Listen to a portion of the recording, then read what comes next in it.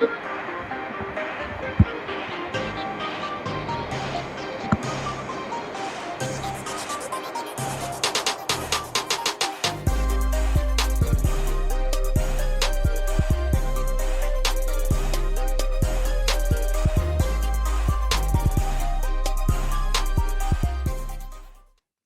is dropped on SDH AM, and I got to turn on our light board. Okay, so SDH AM is up and running. Tuesday Thoughts, stacked show, and can't thank all of you enough for being a part of it every single day. Oh crap! I know I forgot to do something. Hang on, I forgot to even promote the stinking show. All right, that was really good on my part.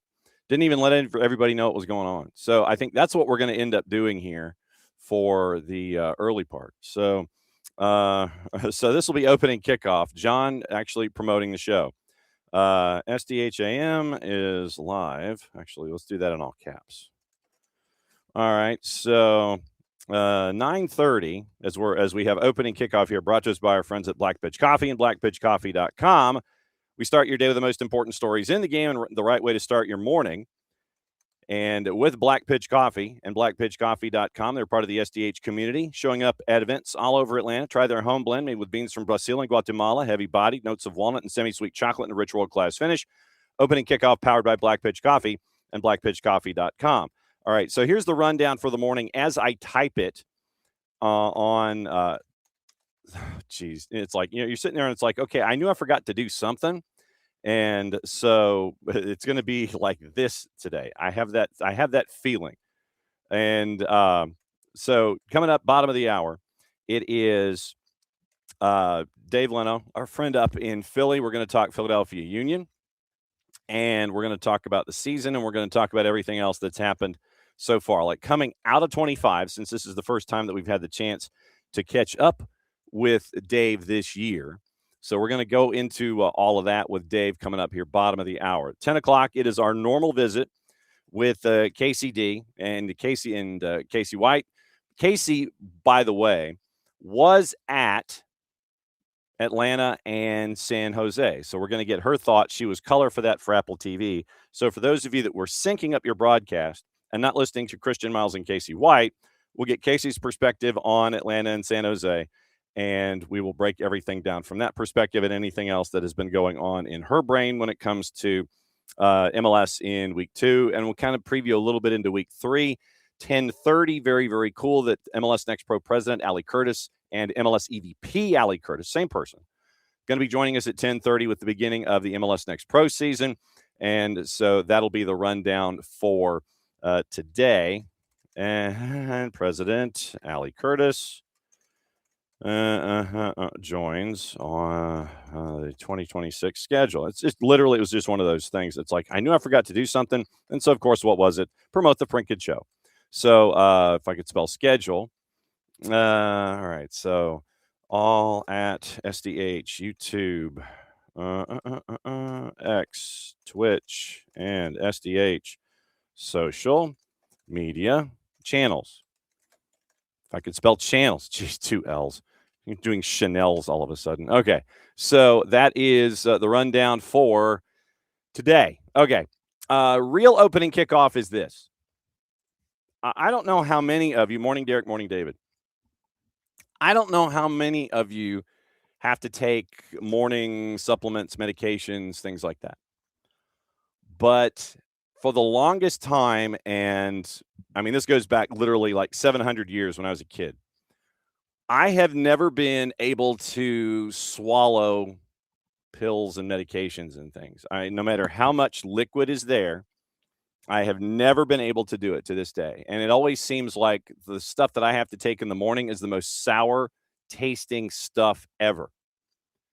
And so literally that is, you're sitting there and it's like, I could be 900 years old and still have issues taking pills. Doesn't matter what the liquid is that I chase it with. I always end up missing something. And you know how like when you take a medication and it's sour and you chase it with liquid, then it always ends up getting stuck in a corner of your mouth and you can't wedge it out, and then you have to take like 2 or 3 different sips of 2 or 3 different things to try to unwedge the medication. It's stuck in like some low corner of your mouth, and it's out of control. And so literally, I didn't know if I was alone in this or not.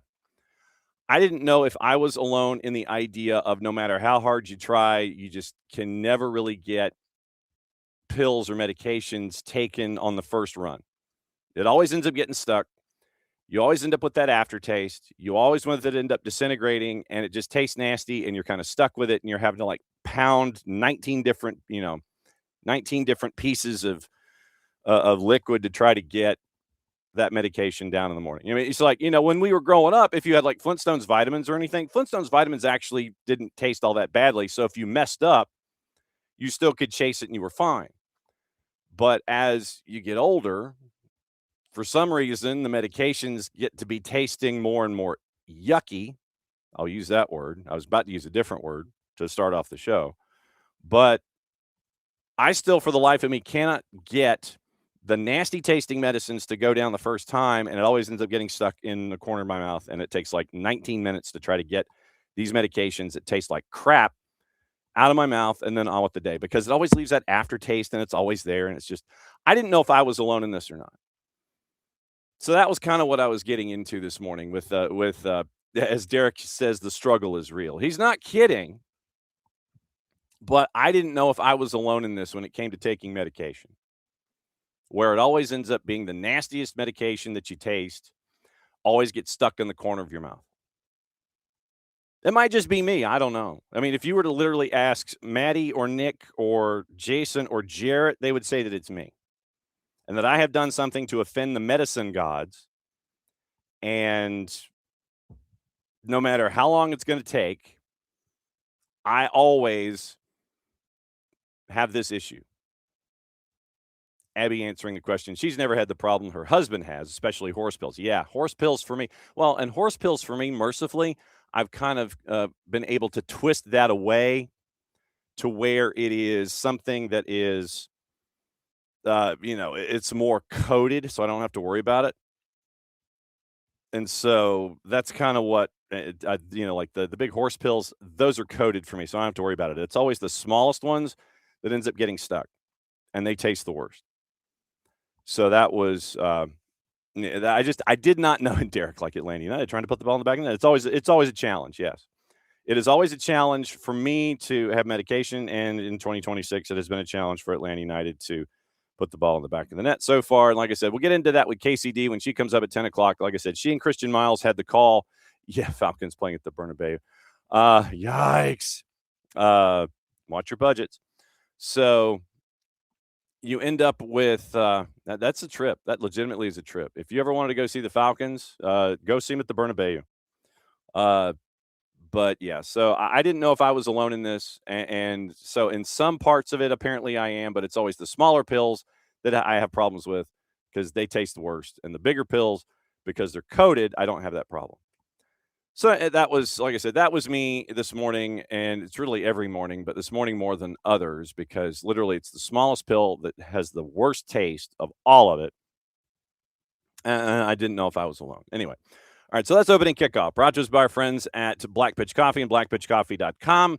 Start your day with the most important stories of the day in the game and the right way to start your morning. Black Pitch Coffee, part of the SDH community, showing up at events all over Atlanta. Try their home blend made with beans from Brazil and Guatemala, heavy-bodied, notes of walnut and semi-sweet chocolate, and a rich world-class finish. Opening kickoff powered by Black Pitch Coffee and blackpitchcoffee.com. Okay, a couple things before Dave Leno joins us, bottom of the hour. And it was, and this is odds and ends. I don't know if you saw this or not, but the U20 tournament, and we are tracking down Isaiah Vicente, who is very, very busy on his U20 duties. But I don't know if you saw this, and it was a fight that broke out between Anguilla and Guyana in the U20s. And it was literally, it was a 5-0 lead for Anguilla in the 87th minute. And so they just decided to, let all hell break loose. And it just started into a fight, and it just degraded from that point on. It was Yeah, it was a bad scene over the weekend, and both teams got booted out of the tournament. I mean, literally, you had one team that was winning, and it was in control, and everything was there. But you end up with a fight in the 87th minute, and the disciplinary committee over the weekend, yesterday, sanctions on the men's U20 teams of Anguilla and Guyana and several of their players. Reviewing the evidence and documentation gathered during the investigation in accordance with the applicable disciplinary code, committee declared the match a forfeit in favor of Guyana. Decision taken after Anguilla received 5 red cards, leaving the team with fewer players than the minimum required under laws of the game to continue the match. 5-0 score in favor of Guyana stands. So, furthermore, the committee's disqualified both teams from the competition, with their remaining matches to be recorded as 3-0 forfeits in favor of their respective opponents, imposed undisclosed fines, and issued 4-match suspensions to 5 players from Anguilla, 4 players from Guyana. They have to serve their 4-match suspensions during the following official matches of their representative teams in the same age group. So basically, they can't just represent their national teams. It's got to be U20 matches where it counts. And then I wonder what happens when they're no longer U20, but cannot be served in this where the suspension cannot be served in the same age group. I get my question answered. Carried over the next highest age category in a CONCACAF or FIFA competition. So you've got 2 teams that got booted for a fight in the 87th minute. So round 1 wrapping up through tomorrow, and neither Anguilla nor Guyana will be a part of it. In Texas, I don't know if you saw this or not, but traditionally, you know how we'll keep an eye on things in the business. It was disclosed that once again, the Houston Dash are up for sale. And it will be interesting to see what happens here. Eben Novy-Williams, once again, we probably should track him down. Owners of the Dash relaunching the formal process to sell the team after trying last year to finalize an agreement with a group tied to a disappeared Chinese billionaire. Ted Siegel, who owns both the Dash and the Dynamo, was in advanced talks last year to sell the NWSL club to RHC Partners for about $120 million. Those talks ended amid pushback from the league's central office. And my guess is about whether or not RHC actually existed and had the funds to do it. So RHC last year was chasing after the Dash, RHC Partners. And let's see, if you look at RHC Capital, I don't think that's RHC Partners. So RHC Partners, if you go on LinkedIn, really isn't a whole lot that's attached. And if it is, in fact, this particular RHC, Business Consulting and Services, Sydney, co-investments, corporate and funding strategies for various organizations. So Ted Siegel has put the Dash up for sale. And we are efforting a visit from our friend Glenn Davis to find out how this is going, how things are going, period. And so RHC and the provenance of the money will ultimately pass the approval process according to multiple sources. Dash sale process centered for months on the RHC talks, now focusing elsewhere, said 2 of the sources who are granted anonymity. Representatives for the NWSL and RHC declined to comment. Rep for the team didn't immediately respond, seeking comment. RHC may have been willing to pay more than others interested in the team last year. The relaunched Dash sale has the benefit of another data point in commercial growth of the league. Once again, when Team 17 came online, Arthur Blank agreed to pay the $165 million expansion fee for an NWSL team. And so you have a rolling process of evaluating new expansion options, likely at fees even higher than that. Columbus, Ohio, and the Haslams are one of those. The Dash are not currently among the league's most valuable clubs. Team was worth $74 million when Sportico last published their valuations back in September 24, ranking 10th of 14. Revenue in 24 at $7.6 million, average attendance just over 6,000. 23 revenue at $5 million. And so RHC was founded by Richard Tsao, who is the American-born son of Chinese billionaire Xiao Zhanhua. Xiao reportedly built his fortune in business with Communist Party leaders and is currently in prison, according to our friends at Yahoo, following a high-profile abduction by Chinese agents and subsequent disappearance. Though Xiao's family office has grown its Western holdings during his time in jail, RHC was funded via money from the independent wealth of Xiao's mother, Zhao Hongwen, according to Sportico. Xiao is also the founder of J17 Capital, a venture fund that similarly traces its funding to Zhao's family, according to Bloomberg. Separating NWSL clubs from joint ownership also carries challenges underway in Portland. Remember when the Batal family bought the Thorns from Merritt Paulson, and there's obviously staffing that applies to both in the Dash and Dynamo setup. Siegel bought the Dash and the Dynamo back in 21 for about $400 million. Yahoo reports that the team was near a near zero part of the financials. League valuations and commercial opportunities have grown. Average team was worth $105 million in 2024. And there has been a lot of ownership turnover. Siegel is now one of the longest tenured owners in the league, even if he only purchased the club 5 years ago. So the Dash are up for sale. And keep an eye out on that. Also, we have all of the other elements that we've been keeping an eye on. And we got activity today. We probably will get into what to watch, where to watch it, how to watch it. Yeah, Derek had 5 Reds. Well, it was 5 Reds on one team. It was 9 total. You end up with 9 total, 5 on one team. And this is just something to keep your eye on. You remember our friends at Macclesfield who had the run in the FA Cup? And this is very, very early this morning. Macclesfield's ground was targeted, and this is from our friends at The Guardian. Macclesfield's ground was targeted in a suspected arson attempt. Locals have been told to keep their windows shut. Emergency services had responded after the fire. Macclesfield have claimed someone tried to burn down their stadium Monday night.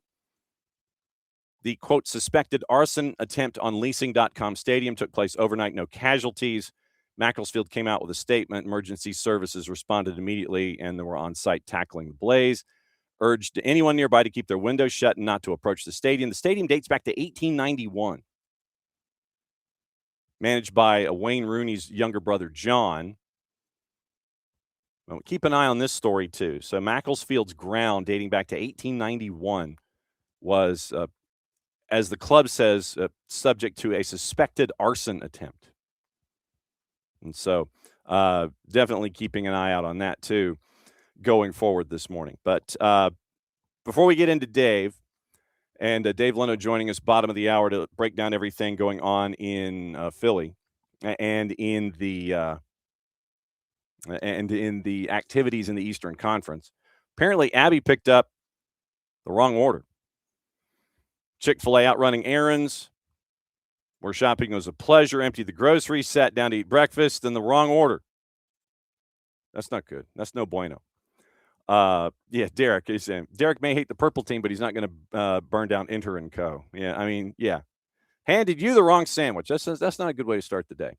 Let's get back into the finals from this past week in Major League Soccer. And before we're done, we will have a couple of minutes as we worship at the church of our friend Adrian Garcia Marquez, and we will be in the pews for our weekly dose of AGM, injected into our veins, discussing everything going on with the Chrome y Azul and the Murph Dragon. So we will have our time to go to church before we get out of here today. Quick reminder: it is 5:30 and 7:30 tonight, where it is Jefferson and Johnson Gainesville. Tuesday night soccer on the SDH Network. Drew Dickinson and I will be back up at the Dungeon for that breakdown. 5:30 is the girls, 7:30 is the boys. It'll be great to catch up with Molly McCarty and everyone from the Jefferson side. And obviously, it's great when our friend Frank Zamora and Coach Higgins roll out the carpet for us when we get to go visit. So 5:30, 7:30, Jefferson at Johnson Gainesville tonight on the network. Go to soccerdownhere.net, hit the listen tab. And when we have something live going on, A, set your notifications for it. B, you'll see this red note that says live. That's the channel that's up and running. Like in Creek Cup, we had SDH 1 and 2 running. mornings like this, we have the third channel, which is the broadcast channel, up and running as well. So you'll see like a red live note in the upper right-hand corner of SDH 1 tonight, about 5:25. Drew and I will have that stuff for you there. All right, so now, last week, as we kind of take our look back at Major League Soccer, quickly before Dave Leno joins us, it was Red Bulls over the Revs 1-0, Fire over CF Montreal even after going down a man, the little ball of hate Johnny Dean from Stratford Academy, and Mercer and Macon, Georgia, and from Mercer University and the Birmingham Legion. He gets a red, and you end up with 10-man Chicago scoring 2 more after that. Minnesota United 1-0 in the frozen tundra of Allianz. They did not play Hamas. Colorado 2-0 over Portland. San Jose and Atlanta, we talked about it yesterday. And Kacey, who was on the call for that one, she'll come back and talk about it more and give her perspective on it. RSL over Seattle. RSL's coming to town. And the youngins were in charge at RSL. Sporting and Crew was a 2-2 draw. Sporting had a lead. Columbus came back. Columbus thought they had the win, and it was called back. So we'll get into that with Chris Doran, who's going to be joining us Thursday morning at 9:05. LAFC put 2 on Houston at Hell in a Shell at a -110. Red card there with Antonio Carlos, one of the more intriguing Reds of the weekend. FC Dallas and Nashville, goalless draw there. Vancouver shuts out Toronto 3-0. Josh Sargent, I believe, if my math is correct, is being introduced later today in Toronto at the post office. Not at BMO, but indoors, maybe on the ice at Scotiabank Center, the old post office underneath Skydome. And LA over Charlotte by the score of 3-0. Teams going west, man. Teams going west out of the Eastern Conference and having to show up on the left coast, that always ends up being a bit of a whooping. And Charlotte got theirs with LAG. Joao Klaus with 2 goals in short succession. Austin over DC United 1-0. After this week, we'll catch up with our friend Dave Johnson and find out what's going on with DC United and Ty Barabo. NYC and Philadelphia. We're going to talk about that one here in a sec. Messi and friends down 2-0. Everybody was sitting there on the 280 character app going, oh, I don't know. I don't know about these old guys. Yeah, then they put 4 on the purple team. 1-4-2. And then once again, before we get out of here, once again, we will be sitting and singing the hymnals from the church of our friend AGM as San Diego FC beat All Caps 2-0. So, as we are wont to do, we have our oracles. We have our guests. We have our oracles. We have those folks that we focus on when we need to find out what in the wide world of sports is going on in certain places. And for this, we got to go to Philly. We'll find out what's going on with Dave Leno and see if he's actually recovered from calling track and field. Have you recovered from calling track and field? Oh, that was a lot of fun, John. Good morning to you and all of your viewers and listeners. It's a pleasure to be with you. And yeah, I have a lack of sleep. I will admit candidly, studying up on 18 schools, hundreds of athletes, talking with a lot of, my colleagues and staff from the ACC. I do a lot of different sports, soccer, US Open tennis. I've done college basketball, football, swimming and diving, softball, lacrosse. I keep going on and on. And I will tell you, track and field is very niche. It's kind of like when I did ACC swimming and diving a couple of years ago for the conference. You're preparing for each event, but then when you get the start sheets for each event, and it might not be until the day before or 2 days before, and then the finals, it's definitely after the last prelims. John, as you know, preparing for these shows and all you do, you got to get to be comfortable. You got to go through every single athlete. You're going through athletic department websites, newspaper articles, things online. And it's just something I think, both of us, we take a lot of pride in. So it's a lot of hours, but it was a privilege to do for my 3rd year. And I think we delivered a nice product that aired on ACC Network on Sunday morning. Yeah, well, and for those that may not follow you on social, and they need to, you were giving a bit of a blow-by-blow on leaving there, getting to the airport at an, oh my God, early hour to hop on a plane to get to the match for Philly and NYC. Can you sleep on planes? Not really. Maybe I'll take a cat nap. And are you the same way? Yeah. I wish I could. You're right. I was up at 3 a.m. at Boston. But look, those are. I got to tell you, when I see, some of the stars of art, this game to that game. I think that's something that a lot of folks maybe listening and watching that want to be a broadcaster strive for. I actually get this like adrenaline rush that when I'm going from an event to an event, and what I have to make sure, and I've done this a lot, especially when I was the voice of a national lacrosse team in New York, the New York Riptide, before they Yeah, moved to, buddy. yeah, they moved to Ottawa. Atlanta, sure, brother. I know all There, about that there, stuff. there you go. And then I would hop from lacrosse to like ESPN college basketball, then shift back to the Union. But it was great, and I just had to make sure I was called like terminology, lingo. I was doing the right thing at this, even though I've done it for a number of years. And just I tell people, lastly, with some of these sports, you got to go for it. Put yourself in the first sport I ever called on national TV was when I was a college student at Indiana, was field hockey.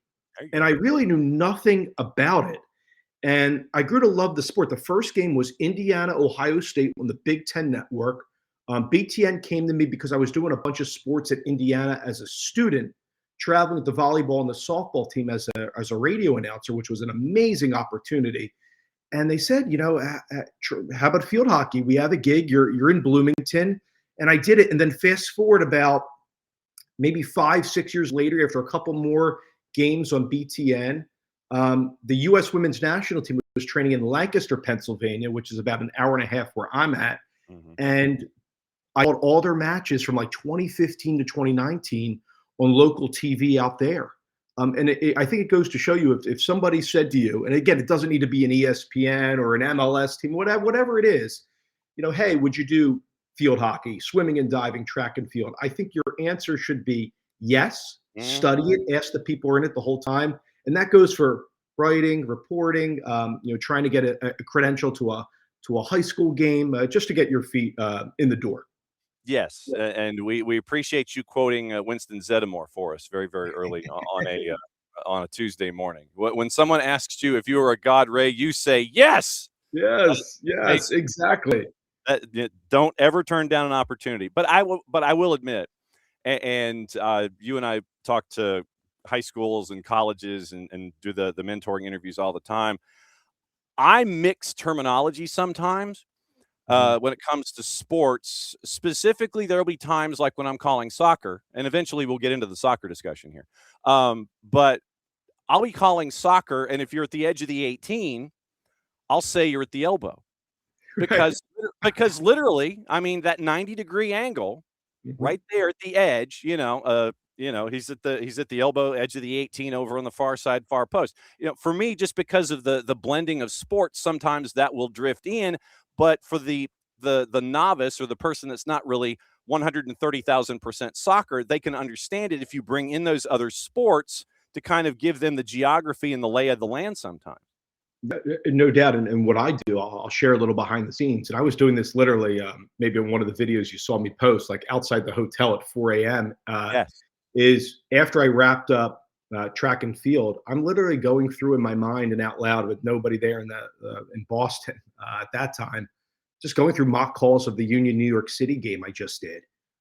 Literally saying, "Here's Lukic over to Danley in swinger in, kicked out by whoever, Tiago Martins, outside the area. It gallops into Milani Laski, and I would just go through all these calls, and then I would try to do, hey, maybe a little bit more because I just did TV for track and field, maybe a little bit more of radio. So, for example, like Indy Vasiliev for a corner of the Union, 25th minute, no score, two-step approach. He pendulums his leg back, swings it forward, in swinger to the back post, looking for Makanya, a little bit high of Matt Freeze, out for a goal kick. And I would go through these things, and people might be thinking, oh my God, what's this guy doing? He's crazy. But that just gets me into a rhythm. And Mm. I'm even doing that on my drive down, with music player into the stadium in Chester. So it's something like I tell you, I really, I'm in my 11th season with the Union. Since the Apple TV deal, I became the radio voice of the Union. I was part of our local TV coverage since 2016. And I will tell you that walking through the threshold of the stadium, I still remember like my first day getting in there, and like the first gig I ever got doing schlepping, as I say, all the equipment from my dorm at Indiana and doing Indiana women's soccer and men's soccer. And I think in this business today, with which we all know with the job market, you can't take it for granted what you do. And I'm very privileged and honored to be part of the union. I know we'll get into it. I know it's been kind of a hair pulling start with our fan base right now, and I totally get it and understand. But I'm delighted to be part of No the doubt. action. All right. So let's get into said action. And coming out of 25 and heading into 26, what were some of the tent poles mentally that you were bringing with you from the 25 season to look forward to in 26? What were some of those early markers for you that you were bringing with you? Yeah. All right. So let's do cliff notes of 25. I think a lot of people wrote off the union even before the season started because Bradley Carnell and the staff, remember, got hired a little bit late in January of last year.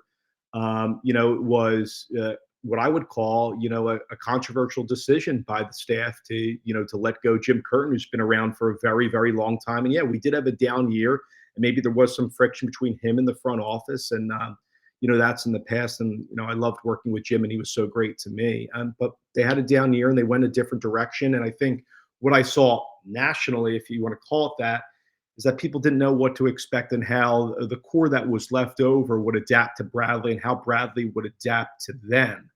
And maybe we got a little bit away from how we played. Maybe we played with a little bit more possession in the last year under Jim. And things just went south at home, I would say, a lot, which was uncharacteristic of the union, who have made it a fortress, I would say, since winning the Shield in that 23-24 regular season campaign in the COVID year. Went far in MLS's back, and then we got bounced out of the playoffs. But that was back in 20 against New England. And then you fast forward to Bradley. Bradley starts out winning in Orlando. And I think that shocked everybody. The team started out 3-0, John, and people were like, wow, who are the Union this year? Wow, you're getting Wagner's having a great start. The same with Glesnes, Ty Baribo. If you remember going back, and I want to say, beginning third of the season, Ty was leading the league. And I know it was early, but Ty was leading the league in the Golden Boot race. Again, I know very early in the season, but we were like, wow, this is something.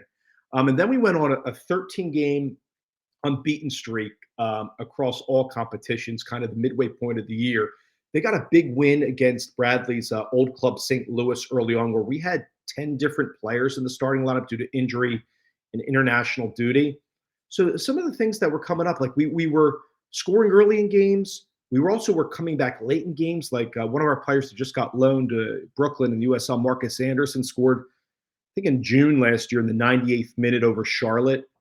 And as the season was unfolding, I said to myself, wow, pressing, counter-pressing, transition numbers, PPDA, passes per defensive action, we were towards the top in MLS. Set pieces, we've been, and this is empirical data, objective, Union have been one of the best set piece taking teams in the world, not just in MLS. And the staff has shown me whether it's a top 5, top 10 in the world. So that's a compliment to assistant coach Frank Licht and the staff there, and obviously the players and Kai Wagner executing. And then lastly, I'll wrap it up by saying from last year, we got spanked 7-0 at Vancouver. And I said to myself, man, how are they going to respond from that? And they put Bedoya right back in that game. There was a lot of change, international duty, guys injured to prompt that decision. He did well in the previous game. I believe it was, we were in Chicago, and he shut down Zinkernackle, and maybe it was more so Bombo on that side and maybe somebody else. Just didn't go well in Vancouver. We did respond well. We had a good finish to the regular season. I think we wrapped up in Charlotte, win our first series against Chicago in the playoffs. One of them we had to win, I guess, the first game in penalties.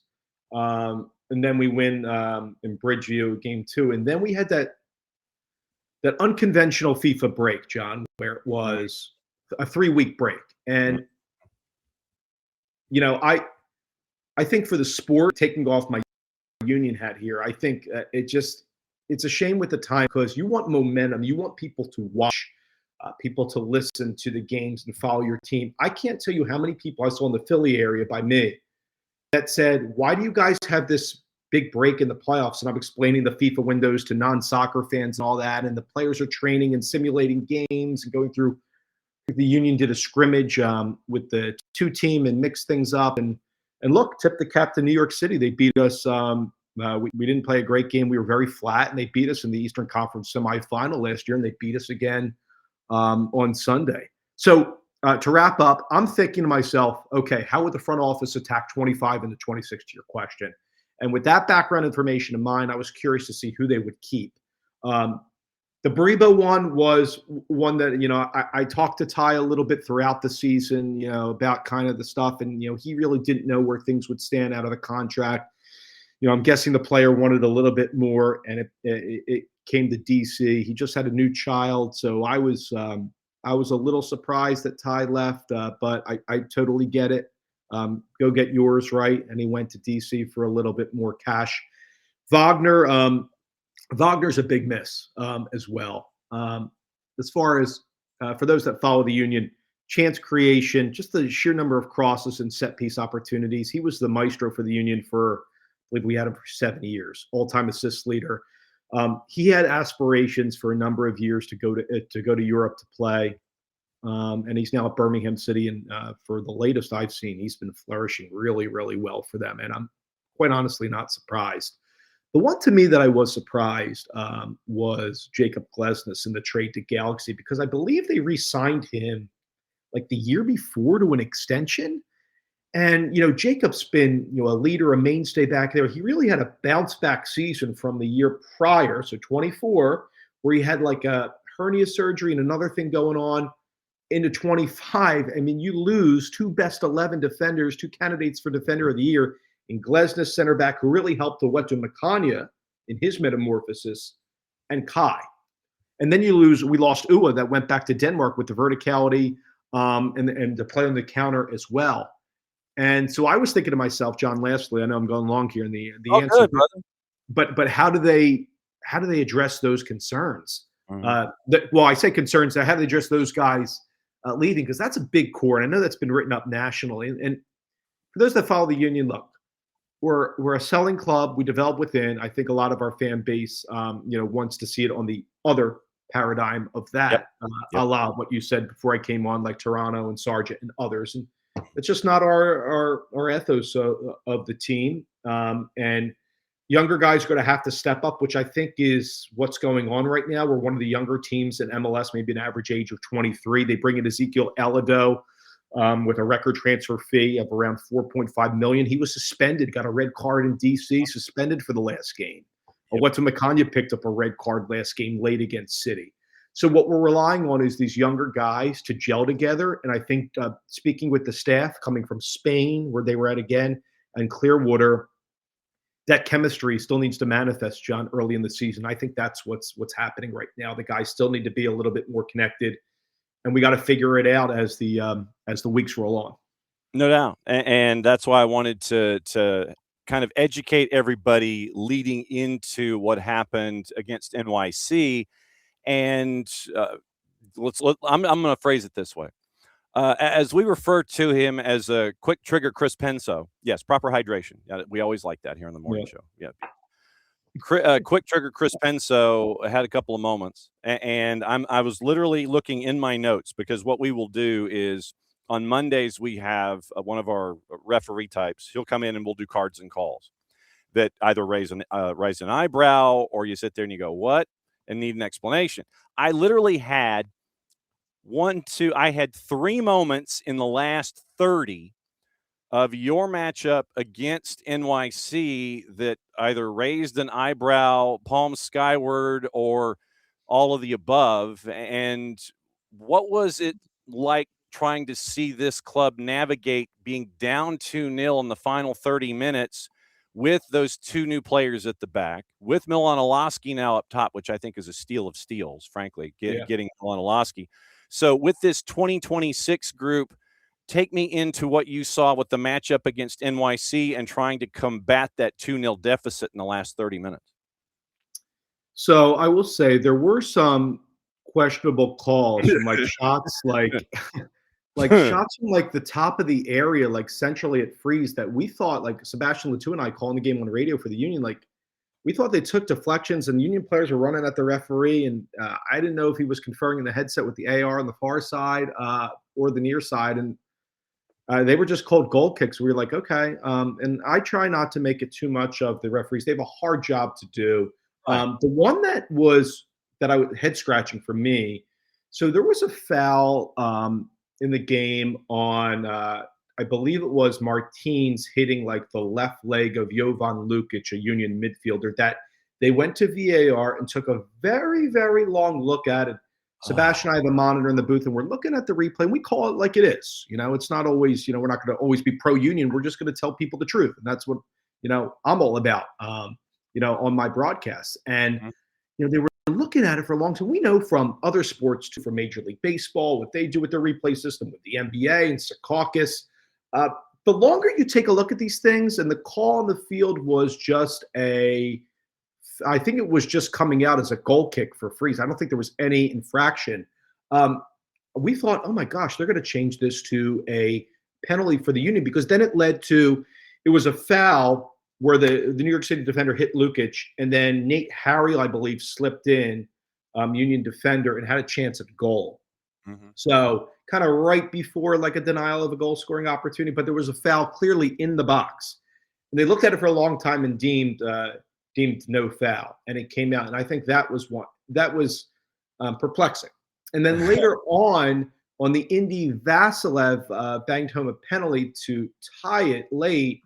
I was like, okay, on that one, I didn't really see too much from the New York City player to have that be a penalty for the Union. I was, as a Union guy, thankful that Indy stepped up in the 89th and buried it. And then we went into like 10 minutes of extra time. But there were a couple out there, and I think Union fans were not pleased in the stadium with how the match was adjudicated. And look, it goes both sides.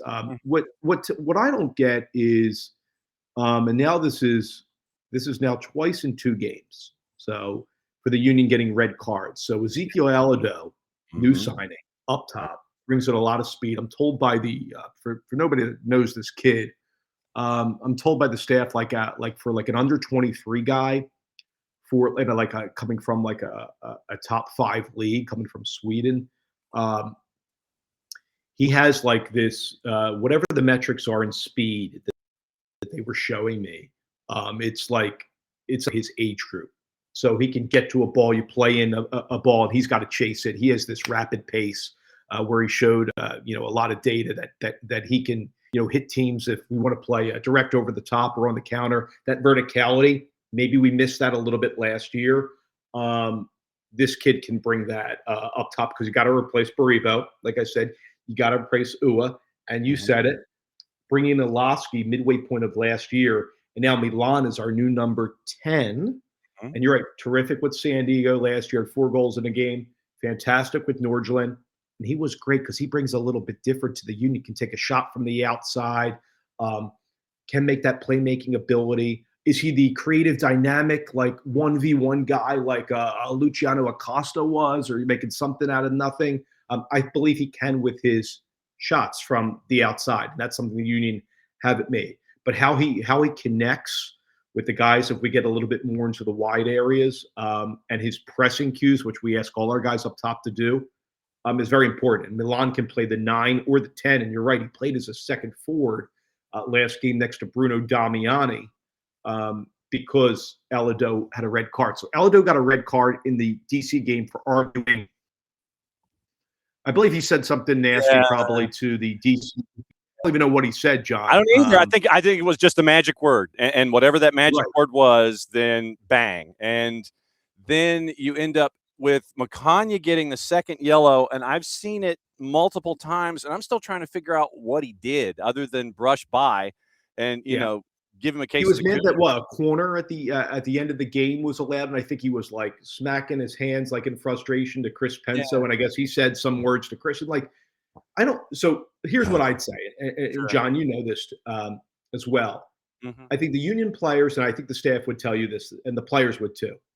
Nate Harriel said it in the press too, kind of like we're, quote, like shooting ourselves in the foot late in games. We can't do that. Nate stepped up into a leadership role, U.S. international Right. as well, and a great guy. And I agree. We got to hold our composure late in the games. And you're missing, Blake in goal, a leader. Bedoya still re-signed for a year, but Bedoya played in CONCACAF Champions Cup play. Obviously a different role for Ollie, but still a fantastic player, means so much to that locker room. He's not on the field. Is you need that leadership to galvanize the group with the outfield players. And, you don't have Klestis, you don't have Wagner that's around some of those younger kids to say, hey, guys, let's keep our cool a little bit late in games. And now we miss Macania for a tough San Jose team coming into town on Saturday who's 2-0, a fantastic start for Arena's club. And then the other side of it is, and, I've obviously never gotten to the level of professional, but I've officiated youth sports a little bit in different sports. And I would say, sometimes at that juncture in a game, do you let the guys jaw at you until it's really crossing the line personal and it's where you're at late? Teams are fighting for that goal to death. And I guess Penso said, hey, that's enough till what to, and that was it. I give a tip of the cap to New York, John. They came out so much better than we did in the first half. What impresses me about them is, like us, as soon as they lose the ball, how quickly do they win it back and find the pockets of space to work in transition? Maxi Morales at 38, 39, can slip past a six or a center back and find that slimmer of space and play a quick flick on the outside of his boot. And there's interchange that New York deploys with Hannes Wolf and Augustine Ojeda where they flip both sides. They were brilliant. Nico Fernandez-Mercal, he's not a target number 9 guy up top. They're missing Alonso Martinez due to the injury last year, and hopefully he's all right. But he slips to the outside. They got that fluidity working in their transition moments. And they, teams against the Union have been playing this mid-block where they're like, Union, you have the ball, and you're going to try to pass through us. We saw that a lot last year in the playoff game against City. I thought that was cumbersome for the Union in half one. We were much better, and we were the better team objectively in half number 2.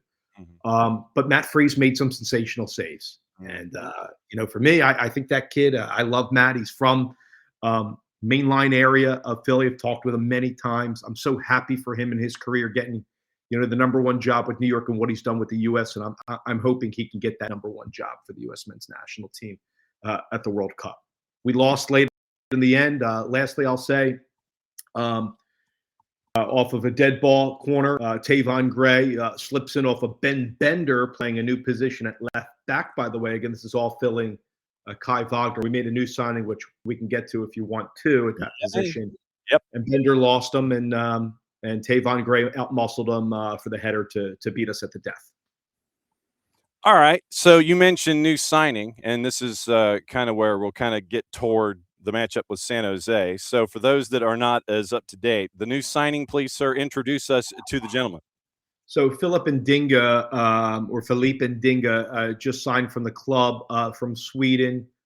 Younger guy, I'm told by the staff. And I actually was shown clips, which was so great to see by the club, that obviously you can look at these things online too, but he's a guy that he's a younger player. He's going to be the new left back. We'll see if he's ingratiated into the team when he gets to the club by the weekend or after.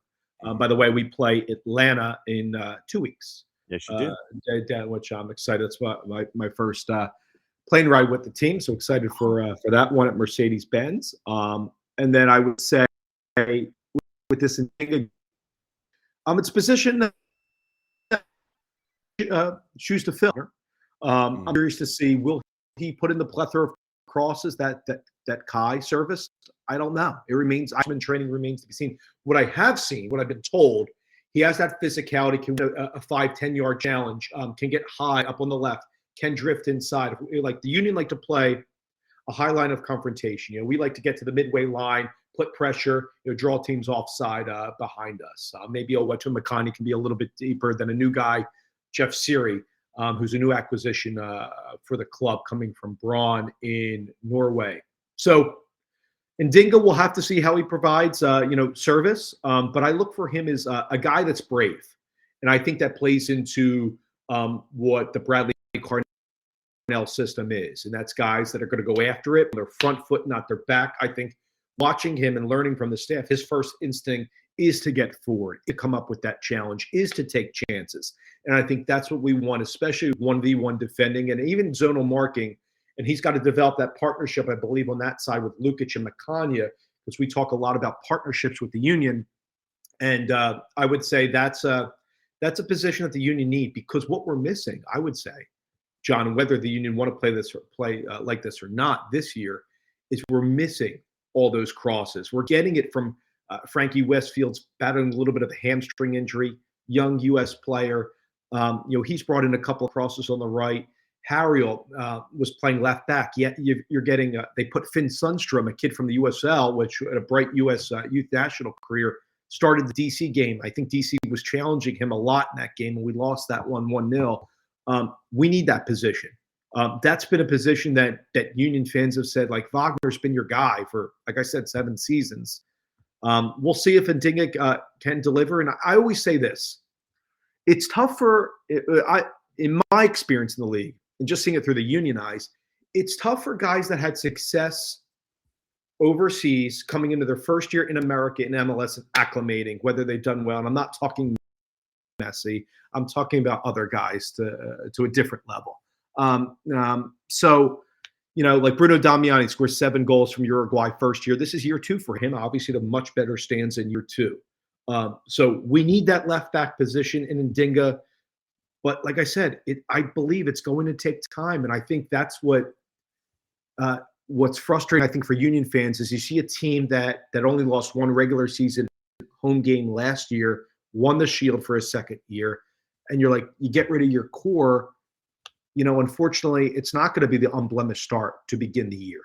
And they had a big preseason in Spain and Clearwater, Florida, but it's going to take time. And like you said, it's not going to be easy on Saturday against San Jose, especially without Makanya due to the red card as well. All right. So if you would please, sir, cut the promo for me and let everybody know how they can consume all of the Dave Leno that they can on a daily basis when it comes to Philadelphia Union, not just this Saturday if they so choose, but every single day of the week, 24/8, 370. Hit me. I really appreciate that. Well, first and foremost, so say, our Philadelphia Union broadcast, we do home and on the road. We do travel with the team, which we're so grateful to have that opportunity as several MLS clubs have that with their commentators, which I will say, I think, especially with the Apple TV deal, I think it's very important that a lot of my colleagues that you have on your show, that they do go with the team. And if they can't go, at least call the road games as well. I think that's really important. I wish, selfishly, for our group of radio commentators, I wish there was an option also for road radio feed. You ain't kidding, brother. That is going to, if I'm Grand Exalted Tuba on the planet, that is my first thing to fix. I think it's literally just a plug. And it's probably because a lot of the road comments, I shouldn't say a lot, but many road teams don't travel. Yeah. I just think if a team does it and they're there, or even if they're at home, should have the opportunity to have it on there and that's serving not the broadcasters, that's serving the fans and your stakeholders, right? Mm-hmm. I'm friends with a lot of the Apple TV commentators in English and Spanish. Friends with a lot of MLS radio broadcasters as well. And I think everybody across the gamut does a fabulous job. And I just want to put that out there for all the hard work that everybody does. And for people like yourself, everybody that cover the great game, because we need to pump this baby up even more in a World Cup year too. So appreciate all that you do. I want to say that first and foremost. Secondly, from my Union standpoint, look, it's not going to get easy. We're playing a San Jose team, since like the COVID year. What, John, you might know it better than me. We don't have a lot of the West Coast teams coming to Chester anymore. I feel like that travel's been mitigated a little bit. And like the same thing with us going out West. Maybe we play 6 to 8 West Coast teams, or Western Conference teams a season. San Jose starting out 2-0. Bruce Arena, getting 275 wins at the top of the list there. He's got a few of his guys from his New England team in the past, and Buck and company, DeJuan Jones, I believe, outside back with their team. But when you have Nico Werner up top, Paul Marie playing really well at the start of the season, it's going to be a challenge for our back line. Without a Weta Makanya, the staff has a decision to make is, who you're playing at center back. And, is that Nate Harriel, who's played a couple, all 4 spots of the back line last year, does he step into that center back role? It could be a new acquisition in Gainer Martinez, who actually has performed pretty well. He could be a guy to fill in there, and you're still going to have to play Nate and Frankie at right and left back. Both those guys can play either position, and you have to wait to see where Ndinga is when he comes to the Union. If you ask me, is the new guy going to start on Saturday?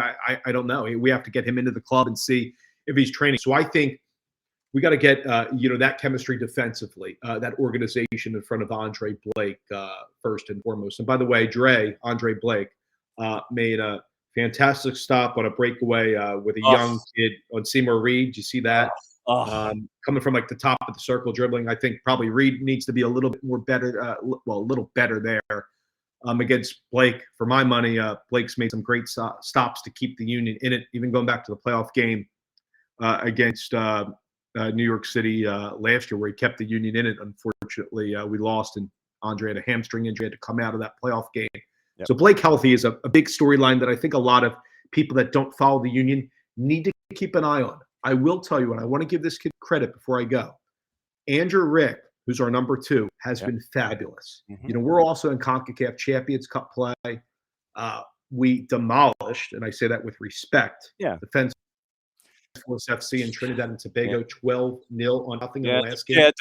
Defense Force needs a little bit of both, but okay. Yeah, I mean, Kevin Sullivan, it's great to see him score, his first 2 goals in a Union kit. We'll see if, and I think he'll play a little bit more in MLS. He did come off the bench as a 16-year-old last game. What we need to do is in the attack, those transition moments, passing, like Seba and I say often on our call, can we win the second and third balls in transition?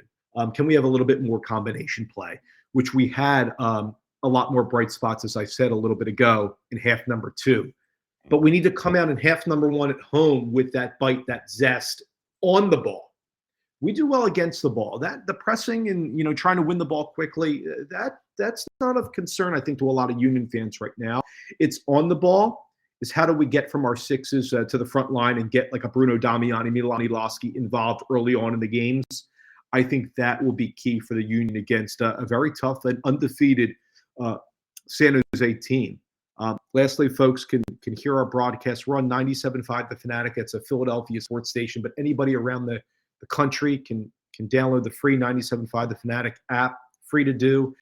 Our call comes in crystal clear on the app, home and the road. You can hear us. We're also obviously as an Apple TV option for the home games as well. And for me, it's a real, like I said, just being from Philadelphia, growing up listening to our great voices in this area, like there are around the country with the local teams, to be a local voice of our teams. I never take it for granted. And I'm hoping that for the club's sake, that they can turn it around this weekend. We go into Atlanta. That's always for the Union. Historically, John, as you know, a tough place for the Union to win, regardless of how Atlanta's doing, which I'm very curious how they'll do this go around under Tata again. But I can't wait for the San Jose matchup. I believe it's a 7:30 kickoff, and I'll have the broadcast with Seb on 97.5 The Fanatic on Saturday. And as always, my friend, it's great to see you. Looking forward to it. Time to get our San Jose and Atlanta intel from Kacey White from Apple TV. Great to see you, my friend. Don't be a stranger. Thank you very much for the time, John, and keep doing what you're doing. You're doing an amazing job. Thank you, sir. Dave is going to now go get his 38th cup of coffee, and he'll be in good shape. All right. Now, as Dave was the one to kind of steer us toward San Jose going to Philly, time to catch up with Kacey D, because we know what Kacey D, where she'd be. She'd be back from her Orange Fitness Theory, the Minnesota Aurora pullover. I'm rocking it today. Wow. Well, now, all right. So is there a connection, or did you just, much like me, it's just cool gear? It is cool gear. I will say that, but there is a connection. Andrea Yock is a good friend. Okay. Met her along the way through Jamie Watson, who I went to college with. And so, you know how the soccer world is. You just meet people, and met her. My sister lives in Minnesota and her family. So I actually got to tour Minnesota Aurora when I flew up there and got to see Andrea. So definitely an exciting club for sure. So you went to school with Jamie? Yeah, we went to Carolina together. Okay, so yeah, all right. So next time Jamie comes on, I have to give him grief about that. All right, that's cool. That's good intel to have. You should give me grief about that. I was a year older than him in school. That could be a fun like triple interview. Well, you never know. Okay, so that's a bet. So when we can get Jamie to come in on a Tuesday at 9:00 his time, because he lives in Nashville and he has, I think, like he has, I forget if it's a train. I think he has a train that goes through his backyard at points because you can hear the train whistle. Literally, he'll be out on his lanai out back when he'll be talking to us when he's not inside, and you'll hear a train go by, or you'll hear like construction or yard work or something. And so literally, so yeah, when we can get Jamie in to do a three-way dance on in this segment, but he's got to come in your segment. We're not going to steer it to where you have to parachute in for one of his. He's got to come in here Tuesday at 10 to talk about that. And we are Orange Theory buddies / competitors, so we can bring that up too. But it can be fun. So we'll do that one of these days. Yes, three-way dance with you and Jamie. So that's very cool. Okay, Dave Leno is going to be seeing San Jose coming to Philly. Right. And what we have kind of got with our format here, Ali Curtis from the president of MLS NEXT Pro joining us at the bottom of the hour. So what we've decided to do this season in our incredibly long executive meetings for this segment is go over the goals that were scored in your match with you and Christian and kind of break down what you saw, because one, San Jose is heading to Philly. Two, Atlanta's coming home, and so now folks are getting to see Atlanta for the first time this year. Before we get into the goals, overall assessment of what you saw from San Jose and Atlanta on the weekend. Well, I'll first say I just expected more in general from Atlanta United. I thought it was a really tough performance for them. But a lot of that, too, for San Jose, they started so quickly. There was a lot of attack, a lot of runs forward, good pressing. They just looked way more energetic at the end of the day. And you know me, I can break it down into a million other things, and we probably will here today. But ultimately, from just an energy perspective and an intentionality perspective, San Jose dominated. Yes. And Madison Cruz and I had pre and post on local radio, and so we were watching all of that for 90 minutes as well. So first moment that we'll get into is obviously goal number one. And because, when two goals are scored, you have to start with the first one. So early on, Preston Judd ends up being the benefactor. We're going to play the call that you and Christian had on Apple TV. So this is courtesy of Apple TV in Major League Soccer. It's a side that's really trying to stabilize things at the back, like San Jose. This Atlanta United side conceded 63 goals last year. And they've coughed it up once again. It's Jamar Ricketts looking to pounce, pulls it across. Judd! Oh, yes!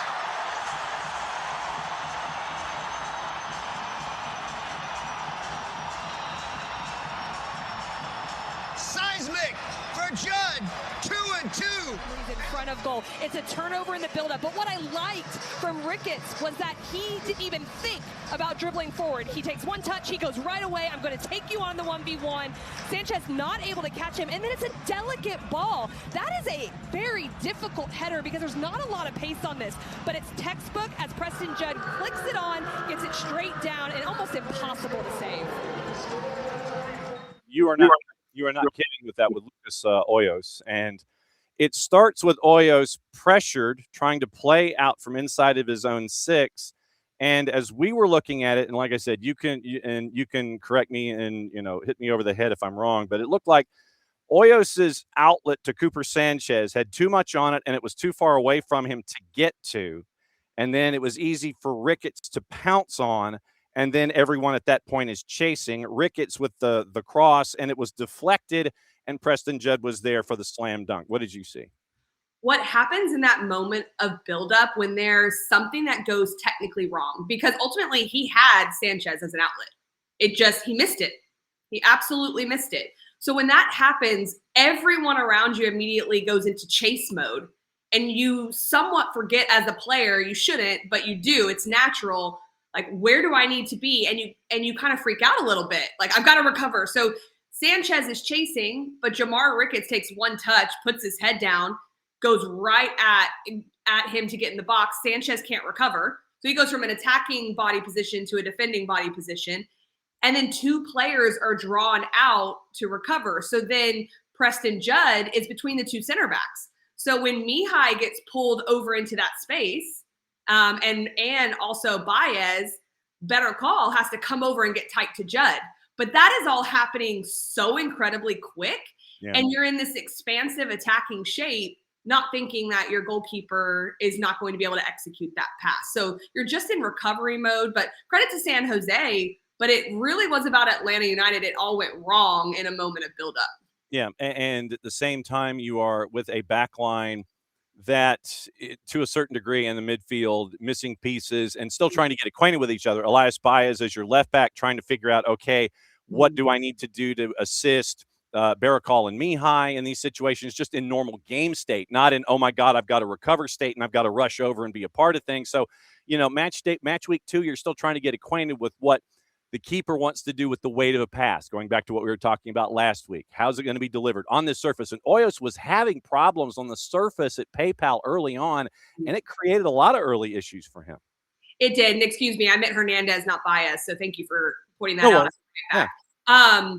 Yes. And the thing that Tata Martino said to us, and I think he has said over and over, is that they want to be a build-out team. They want to outpossess teams. But early in the season, you have to figure that out with different units, and there's going to be mistakes. So if you're going to be a build-out team, your recovery from turnovers and counter pressing and how you organize has to be really important until it gets more efficient. But San Jose's defensive shape, they put 2 up on the center backs in their pressing shape. So immediately Hoyos does not have those simple options.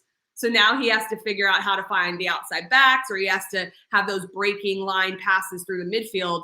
That's a little bit more scary. And if you're technically off, it's going to set the attack for the other team. That's what happened on this goal. But it also happened, to your point, multiple times because no one was really able to figure out how to get past that pressing shape. Yeah, and it took putting the thinking cap on to try to figure that out. And also, you don't have Alexei Miranchuk as your point guard because he's still trying to get into 90 minutes fitness.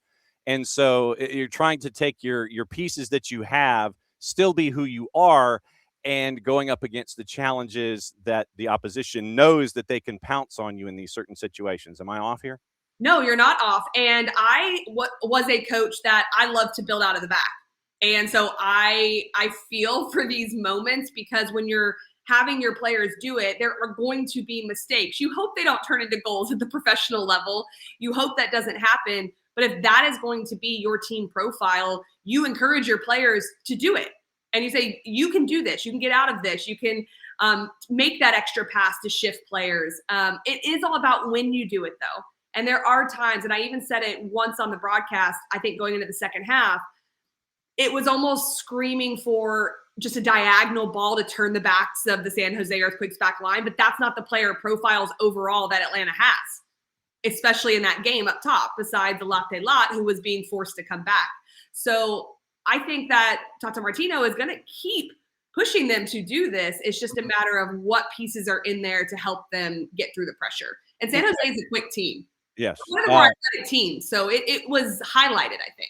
Yeah, and one of the things I want to get into Tata Martino and what he wants from his club after we play the second goal and talk a little bit about it. Obviously, you're down a goal, you're chasing, and game's going to get stretched a little bit. Some dude that we've heard of came in with about 30 to go. I thought it might be closer to 15 to 20. Yeah. Some dude comes in and he turns into that instant catalyst. Goal number 2 for San Jose, courtesy of Apple TV and Major League Soccer.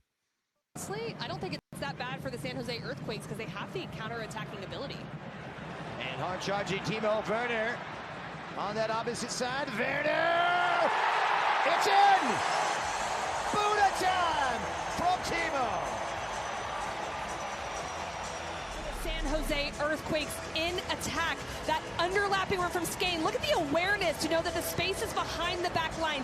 Timo Werner takes that quick little look over his shoulder. It looks like he's going to go in the 1v1, but the angle is all for Mihai. He sees that little look out of the left eye there and finds Buddha coming and crashing into the penalty area. Well done on a bouncing ball to run through the back of the net and make sure it goes across the end line. All right, break this one down for us. For me, it was a transition opportunity because, once again, Atlanta United's chasing. Down the right-hand side, Timo Werner shows why he can be the dangerous individual that he can be. Interesting point that you made about Mihai during the play. Okay, break this one down for me. We were talking earlier, because just before this, Atlanta was starting to get a little bit of the play, and it was starting to get a little higher up the field with the ball and make San Jose defend, and it was starting to get stretched a little bit more. The game was. And I was, right at the beginning of that call, I was basically saying, usually it's good for the team that's not up to have the game stretched. But for San Jose, who has the pace and the timing of runs in behind, it actually wasn't so bad for them either. And then this goal happened because both Berkal and Mihai were back, but when Skane got the ball, he realized it was a 2v2 at the back. And so he sprung Timo Werner into that outside channel. Timo Werner looked like he could take on in the 1v1, but Mihai had a really nice recovering angle to cut off Timo's ability to go to goal, unless he cut in completely on his left foot. Yeah. But if he had done that with the angle of approach from Mihai, it would have taken him away from the 18 rather than into the 18 to beat Mihai. So I thought this was a really intelligent decision from Werner to just take a look over his shoulder, play the ball behind the back line of the defense, because you put a defender in such a compromising situation because they're facing their own goal. So they either have to let it go or they take the chance of having an own goal when they try to clear it. And Budo was the recipient of that. So there was a lot in this goal that I really liked. And it was in the context of what was happening tactically as well. All right. So with Atlanta United getting to come back home, taking on RSL, what had and I know this is literally just looking at 90 minutes and all the game tape that you've stared at, what have you seen from Atlanta United so far in the match and the highlights that you've seen? What are your takeaways right now from Atlanta United in 2026? The thing that stands out to me, and this really isn't a surprise, is when Moranchuk comes in, they've been better. And I don't, sometimes when you bring someone in, and I know he's not at his 90 minutes, but when you bring someone in late in games, the game's a little more open, or they've been able to watch and find spaces so it can be a different type of role. But with him coming in and the other substitutes, I just felt like there was a little bit more control of the game. I made a note of this in the game that when Jakob went to right back, they got him extremely high and they stayed with the other three a little bit lower. And then Moranchuk was able to go centrally. So they're created like this 4v3 in midfield and then Almiron and Latelat were operating more up top. It just seemed like they made it a little bit harder on San Jose when they had the ability to have Moranchuk on the ball and Almiron.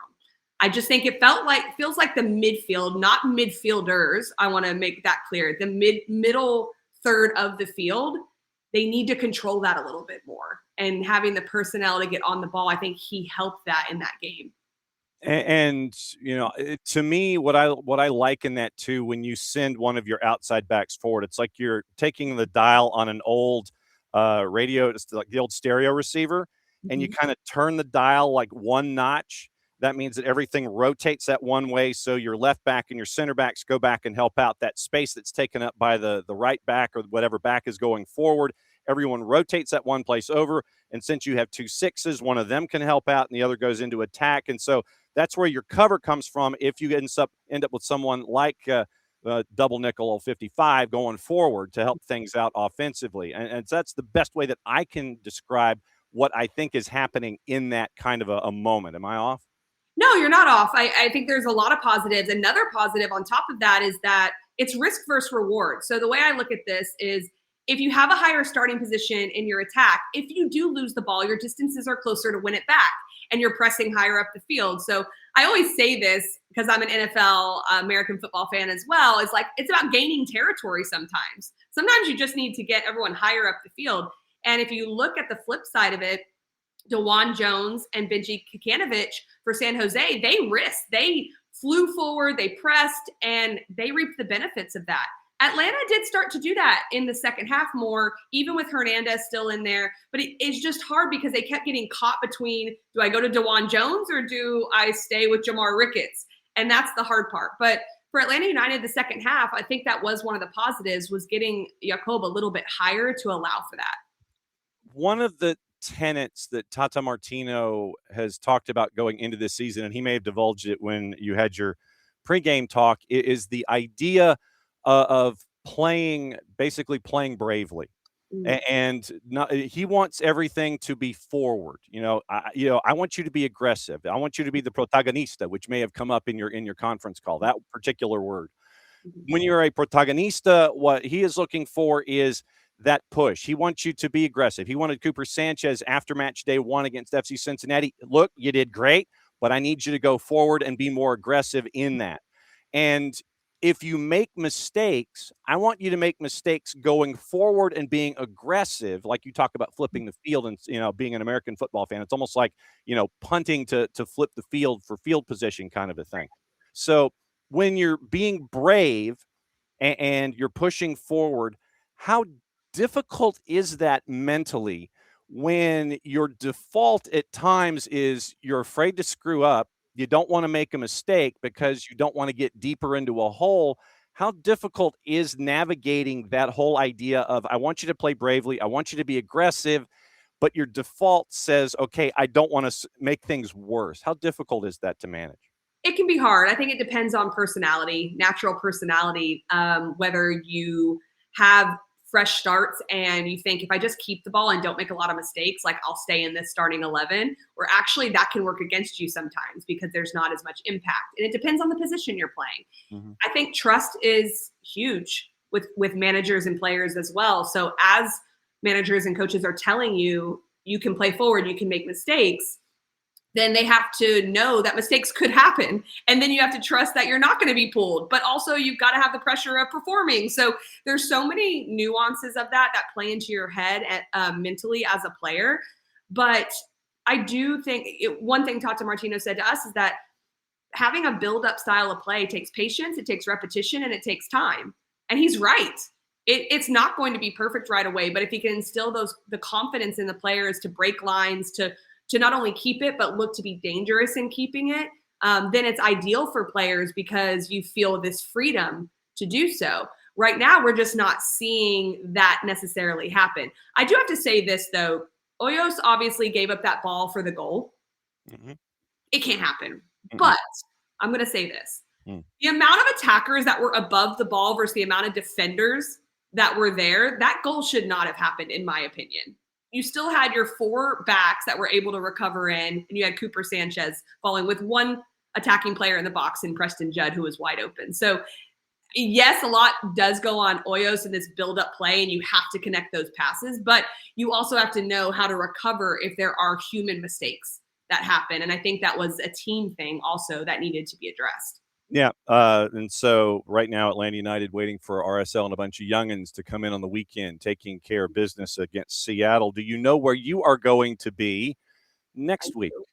I do. I have St. Louis, Seattle, and I will be in St. Louis for that game. So I have never been to Energizer Park, so I'm very excited about that, and will be a good matchup. They both came off losses, so I assume a hungry matchup between these two teams. Okay. With St. Louis City, I feel like you have to say city, in all caps. You've got a team that doesn't have one of their main guns. Joao Klaus was traded for intra-league dollars to LAG, and you're kind of wondering where the offense is going to come from St. For St. Louis. It's probably for St. Louis as opposed to 2 froms. Shows you how much caffeine I've had this morning. And Seattle coming off of a loss to RSL 15 years in a row that they have lost at Rio Tinto, which is crazy for me to think about. So you have a team that likes to clamp things down defensively and a team that when healthy has firepower that's there. You don't know what Jordan Morris's status is, probably another couple of weeks. And so you've got these contrasting ideas that you get to be a part of coming up on the weekend. What else struck with you from this past weekend in Major League Soccer coming forward before your visit to St. Louis? Well, you said it right there. I love contrasting ideas because that means tactically I can just get after it. So I'm excited about that. Hartle was missing versus San Diego for St. Louis City, which was a big loss on the attacking side because, to your point, their attack is a little bit different, and it was hard for them against San Diego. They pressed well, but San Diego just looked so sharp. Their build-up play, we know, is incredibly efficient. So that was a difficult task. And I was a little surprised by Seattle losing to RSL. They looked like they were flying in week 1, even with the Morris injury and him going out, with Rothrock, coming into the game. Oh, I got to get that off the top. Rothrock. Take your time with it. Take your time with it. Paul Rothrock. Oh, goodness. I called their games before, too, and it was fine. So we'll see what happens this weekend. Yeah, so I think that will be a fun matchup. I like the way Jan Dame has St. Louis City organized. I think they look like they're organized well in the press, where are the goals going to come from? Betcher is industrious. I like him. And I think the partnership with Hartle it's better when he's on the field with Betcher. So I think that's a big thing as well for St. Louis City. Man, this last weekend was fun. I got to watch a lot of games. I was sitting in the hotel. I was on long flights. I can't not mention Orlando City and Miami, because it was so fun. I was on the plane, throwing my hands in the air, every time a goal happened. I think people thought I was having problems. I was not having problems. I was excited about just all the goals were really nice. I mean, there were 2 that were probably savable, 1 for each. But overall, it was an entertaining game and a little spice from Messi as well. You don't see that very often. Well, yeah, but when you step on Superman's cape, you're going to get that kind of stuff. It's you want an autograph now? I am. Everyone that knows me is I'm kind of quiet with that stuff. I'm not a big instigator type, but I was loving that. I actually loved it, and not because it was Messi. I don't think, maybe. But he just never does that. And so with everything going on, a rivalry game, I was getting into it for sure. All right. What I will do is I will send you some. How much time are you going to have before the match in St. Louis to kind of sample and see what's going on? A decent amount. I think I get in at 4:35 p.m. on Friday, and our game's not till 7:30 Central on Saturday. So I've got a lot of Saturday, but I'm out quick on Sunday. Okay, so what I'll do is I will send you intel about places to eat, because there's a lot to do and there's a lot of different nationalities that you can sample. I will send you some history about where Energizer Park is. I will send you stuff on food, because St. Louis is a true food diaspora, and I went ahead and broke out that word. I love that word, and I would love that, because I have not been to St. Louis in I don't know how long, so I am not aware at all. All right. Well, I will send you all of our Cliff's notes when it comes to going to eat and everything there. As always, KCD, it's great to see you. Have a great call. Be safe. Enjoy St. Louis City and Seattle. And thanks for the intel on Atlanta United, especially out of the blocks at 0-2. We will catch up with you again next week. Great to see you, my friend. Sounds great. Good to see you. Have a good week. All right. There goes KCD. So KCD is getting ready for her trip to St. Louis. And so KCD's got St. Louis hosting Seattle. And yeah, we're going to send her, as the other half of the Wonder Twins, we're going to send her all of the information that we have about where to eat, where to go, what to do, history lessons, all those things. Allie Curtis, president of MLS NEXT Pro, coming up with us here in a couple of minutes. And he added that to the business card. In addition to being an executive vice president for Major League Soccer, now he's president for MLS NEXT Pro. We got a lot to get into. We have the IFAB decision to get into about rules that were started in MLS NEXT Pro that we got to see firsthand with our coverage of Atlanta United 2. We have what it's like for him to be in MLS NEXT Pro at this point, where you got to add another independent ownership group in Connecticut United, and they come out of the blocks and get a win. There were some comments that he said recently about where he thinks the league can go, meaning MLS NEXT Pro. And there was a number that was really interesting. And so I wanted to pick his brain, because, he has seen expansion happen in Major League Soccer, expansion happening now in MLS NEXT Pro, the vetting process. And it's like, when you're looking at markets, what are you looking for when it comes to sustainability and footprint and impact and all of those things? Because Connecticut United, their end game is to be in Major League Soccer. So this is like a first step for them in this process. Chattanooga FC, independent. Carolina Core, independent. Something about the Southeastern United States and independent ownership groups that are not necessarily tied to Major League Soccer footprints, because right now there's only so many spots that are tied to MLS teams. And so when you have this independent ownership that in our conversations that we've had with presidents past in the league, this has been something that's important for them, trying to sit here and say, okay, we want independent ownership groups to be a part of the growth of this league. And when you have teams coming at it from a bunch of different philosophies, where you have the Baby Bulls do what they did last season with some guy named Michael Bradley as coach, and then everyone looks at him as coach.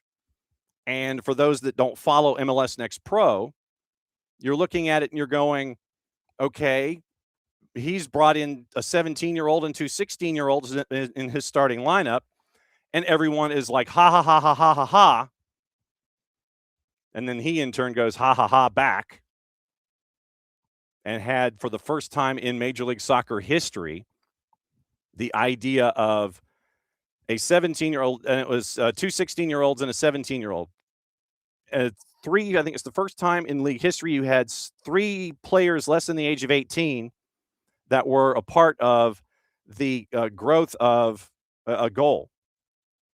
You had the hockey assist, you had the assist, and then you had the goal itself.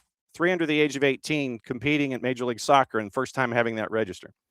And this is very, very cool, where we get to add Mr. President to the stacks. We bring in Allie Curtis here for the final half hour of the morning show. And Mr. President, thank you for coming in this morning here for the morning show. It's great to see you, my friend. Thanks for dropping by. John, you can call me Ali. But thanks for having me. Very nice to be on the show this morning. There were a bunch of different things that I wanted to get into with you, and I guess first and foremost, we'll start with the four initials, the 4 different letters of the English language that got to pull something that you got to see grow from absolute zero. When the IFAB came in, and they were like, "Yeah, we like these ideas," and they now had the AGM, and they're a part of it. What was it like for you as someone who has been in Major League Soccer and seen it grow, and now you're with MLS Next Pro and seeing it grow, to see those rules that were a part of the American footprint added by IFAB? What was that like for MLS and for MLS Next Pro as organizations to see that? I'm still feeling it out. I'm still trying to, get a sense of how I feel about everything. I mean, of course, there are all the range of emotions of excitement and curiosity and just happiness. I mean, and this is good for the game, in all ways. And I think about, like, when I was a kid, I remember, my coach would tell us, if you guys get in trouble, just pass the ball back to the goalkeeper, and the goalkeeper would pick it up. You're out of trouble, and then, you're off to the races. And so, from my perspective, I've kind of experienced a lot of these things as a player first, and then kind of as a club executive, and now as a league executive, and it all kind of takes a different. And I've got a son that plays the game as well, so it's exciting because it's really difficult to have that type of impact on the sport, and not just domestically, but globally. And so we're really excited about this from an MLS Next Pro perspective. And we believe in these rules. There's so many things that the game has evolved so much over the last number of years that these rules really address some things that dynamics that have been happening on the fields that are really good for fans. They're good for coaches. They're good for players. It's just good for the sport. And so we're happy that we were able to introduce. It took a long time, but we're really excited about the progress and the rules, and we're excited to see him in the World Cup. Does your son have your dribbling and shooting skills? Listen, my son, my kids, just like all of us, we just want our kids to be happy, to grow, to develop. And to be honest with you, like myself included, like it's not so much of what you can do on the soccer field, but it's what the game can teach you, as a human being. And that's what I care about as a parent.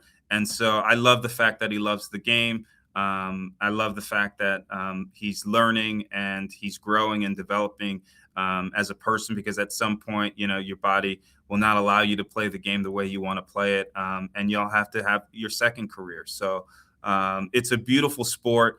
Yeah, so I feel good about that. Well, and then because of everything that you got to be a part of with the rule introductions and everything, when you're away from it and you might be, with your family, just kind of watching casually, did you ever have those kind of same conversations? Did they bring up the ideas of, why is he wasting time? Why is he doing that? Do you get to have those kind of conversations in a home family environment too, to get that kind of feedback when it comes to laws of the game? I get that feedback in like every aspect of my life, whether it's at home, whether it's on the youth soccer fields, whether it's at the restaurant, hanging out with my buddies, talking with some of my old former teammates, talking with old coaches, talking with current coaches. It's always, I mean, at the end of the day, we grew up, as fans of the sport, and then we were honored to play it. Yeah. And so it's a beautiful game, and we love the game. And what's really important for us at Next Pro and at MLS is to ensure that we honor that the integrity of the game. And so we set out, and we didn't want to change the game.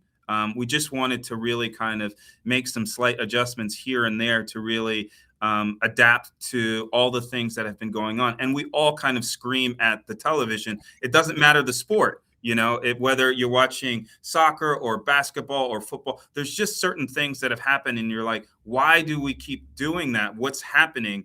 And it came to a point where you get into a position where you can say, well, let's do something about it. And I thought our process for how we were going to do something about it was really thoughtful. It was thorough. It was collaborative. And I think that resulted in a really good rule. So, or a good couple rules. So yeah, it's all good. When you look at MLS Next Pro now as president, in addition to being an EVP there at Major League Soccer, do you have to clone yourself now? Then have like the MLS version of you talk about MLS things, and then the Next Pro version of you dealing with Next Pro things. How many hours in the day do you have? Have you found another extra 6 hours in the day to do both now? I think we all, I listen, I don't pity myself at all. I have an unbelievable opportunity to be involved in the sport and to make it my living. And so I wake up every day with a smile on my face, ready to go. And, we've got an opportunity to really have, impact people's lives. The game impacted my life in a really profound way.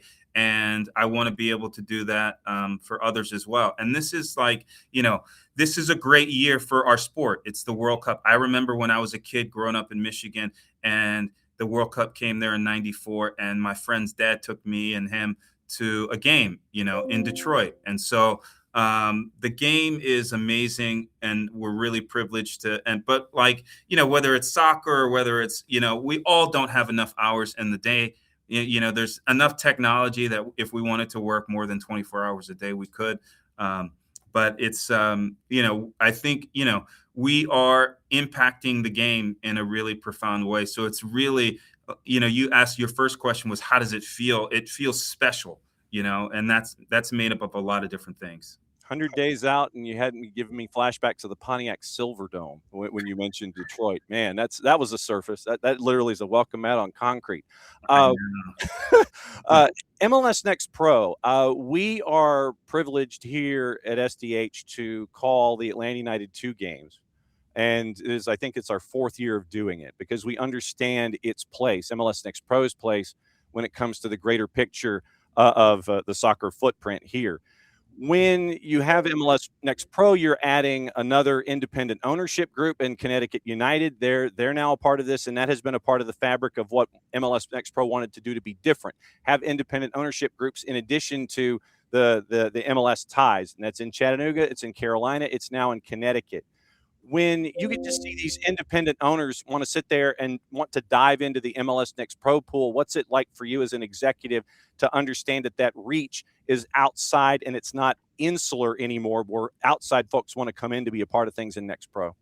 I think it's great for our sport. One of our pillars is, or one of our objectives is to grow the game, and there's only a certain amount of MLS markets and MLS clubs that you can have. So this allows us to go outside of the MLS ecosystem, because there's people that love the game that are throughout the U.S. and Canada, and so having a team in High Point, North Carolina, is incredible. Having a team in Chattanooga and Bridgeport, and then Grand Rapids, Long Island, Jacksonville, Cleveland. And there's more markets that can support professional soccer and be part of the MLS family. So that's, all is super exciting. I was in Cincinnati over the weekend, and I got a chance to watch the FC Cincinnati 2 game versus Connecticut United.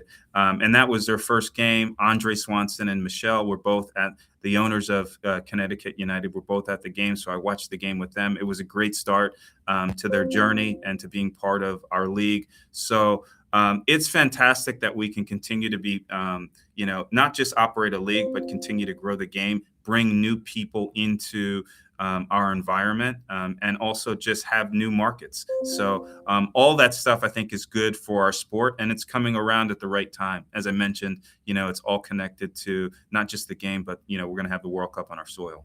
And you mentioned in a previous interview the idea of 50 clubs in MLS Next Pro. That was the number that stuck out to me, and I was like, hey man, look, that would be fantastic to continue to grow the game in that manner. When you look at 50 and you look at people who knock on your door that want to be a part of things in MLS Next Pro, I know that we all want to be good stewards of the game and you want to grow MLS Next Pro. What are you looking for in those markets that knock on your door that, hey, we want to be a part of this? So when you're analyzing who wants to be included, what are you looking for in that ownership group and what they want to do in insert town here to grow the game? Yeah, so I think that we have ambitious plans to grow the league for several reasons. One, we live in a country that where we have tremendous amount of soccer loving folks, and we want to grow and build the game in that regard. When we think about new clubs coming into our league, we probably have three main ingredients in terms of that we focus on. The market is important, and you want to make sure that it's a market that can sustain professional soccer. And now that MLS has been around for the last 30 plus years, most markets can sustainably support a professional team. You want to make sure that they have a good home, and that they from a stadium perspective, that they have plans and that they're thoughtful about where they're going to play their games and where they're going to train and those types of things. So the stadium plan is a big aspect of it. And then it might just start and stop, what I would say, at ownership group, which is really a key focus, and ensuring that you're bringing the right people to the table that have the same vision and the same goals as the league. We view this as a really long-term vision and a long-term investment, and we're trying to bring folks that love the sport, that want to grow the sport, and then are going to be engaged in all the decisions of the league in a really profound way. And so ownership group is a key focus of when we're thinking about bringing teams into the league. And just to remark on whether it's 50 teams or some other number, I think it's good for us to be ambitious, and it's good for us to really there's some subjectivity to that, but then there's also some objectivity, and it's important for us to think big and to grow and to have goals to achieve. And so we're excited about our growth goals. Yeah, and you obviously, when you get to do that kind of a thing, you're looking at growing the game and we have sampled this over the last decade where, and you're an ACC person, so you know what things are and how the sport has been growing, especially in the southeastern United States, where you're still fighting stereotypes of, well, this particular geographic part, they're not soccer people. They're not, they haven't, figured it out. They focus on other things. And then it seems like the rest of the country might be pleasantly surprised. It's like, oh, they are soccer people. And then you get to grow it that way. Are you still fighting any kind of stereotypes or misconceptions about growing the game, whether you're talking about Major League Soccer or MLS Next Pro, that you could just, if you could put it to bed and just sit there and go, no, that's not the case, Are you still fighting those kinds of stereotypes even to this day? I think that, listen, I think a big step in fighting some of those stereotypes are the 2 rules that were implemented by the IFAB, over the weekend, which is in terms of, soccer players and faking injuries and all those types of things. So I think we always find ways but we don't even focus on those, what I would call stereotypes. We try to focus on all the positivity. People love this sport. We love the game. And we focus on, moving forward. And so we've got a league to operate. We've got great owners. We've got tremendous players. And we just have a lot to look forward to, especially, when you think about the World Cup that's going to be here in a few months. And so, I try not to spend too much time thinking about the different stereotypes or just thinking about the past. It really, as a leader, I really try to focus on the now and what's moving forward. And so, we've got a lot in front of us, and that's where all of our attention is. So then in the now and then moving forward, probably somewhere in that office, in addition to the Herman Award that might be in there somewhere, I'm sure that there is a to-do list. And I ask this of folks in front office positions and coaches and everything. There's got to be a to-do list that you have about focusing on the now and moving forward and continuing to grow things either in MLS NEXT Pro or in Major League Soccer. Where is that to-do list? And it could be on, it could be on one of these old school legal pads like I've got, it could be on, the wire-bound notebook. It could be on one of those long 6-foot by 8-foot dry erase boards that I don't see in your office that's got a bunch of squiggles and different colored lines and everything. Where is that to-do list to continue to think about the now and everything that's good about the game? And what do you think the next thing that you can sit there and check off about, okay, we've accomplished this, let's continue moving forward? Is there something on that list that you can sit there and go, yeah, I want to check this off because we've gotten this as we're focusing on the now and moving forward? Where is that list, and what do you think that next thing is?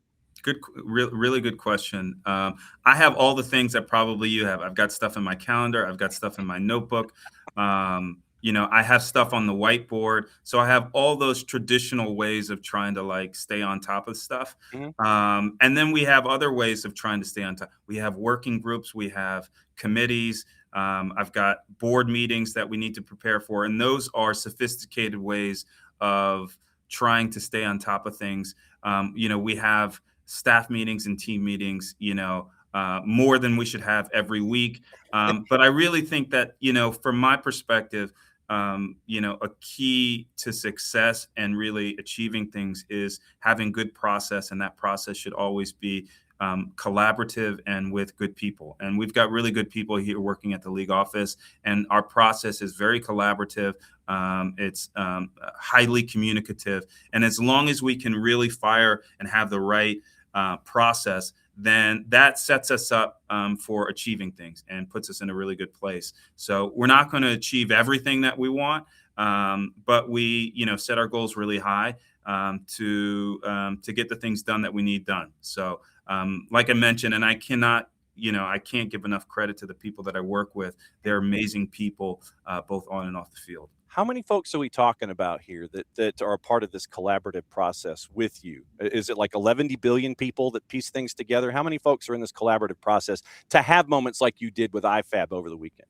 Yeah, so that's a good question. So of course I've got, the folks that are that sit around right next to me around the table.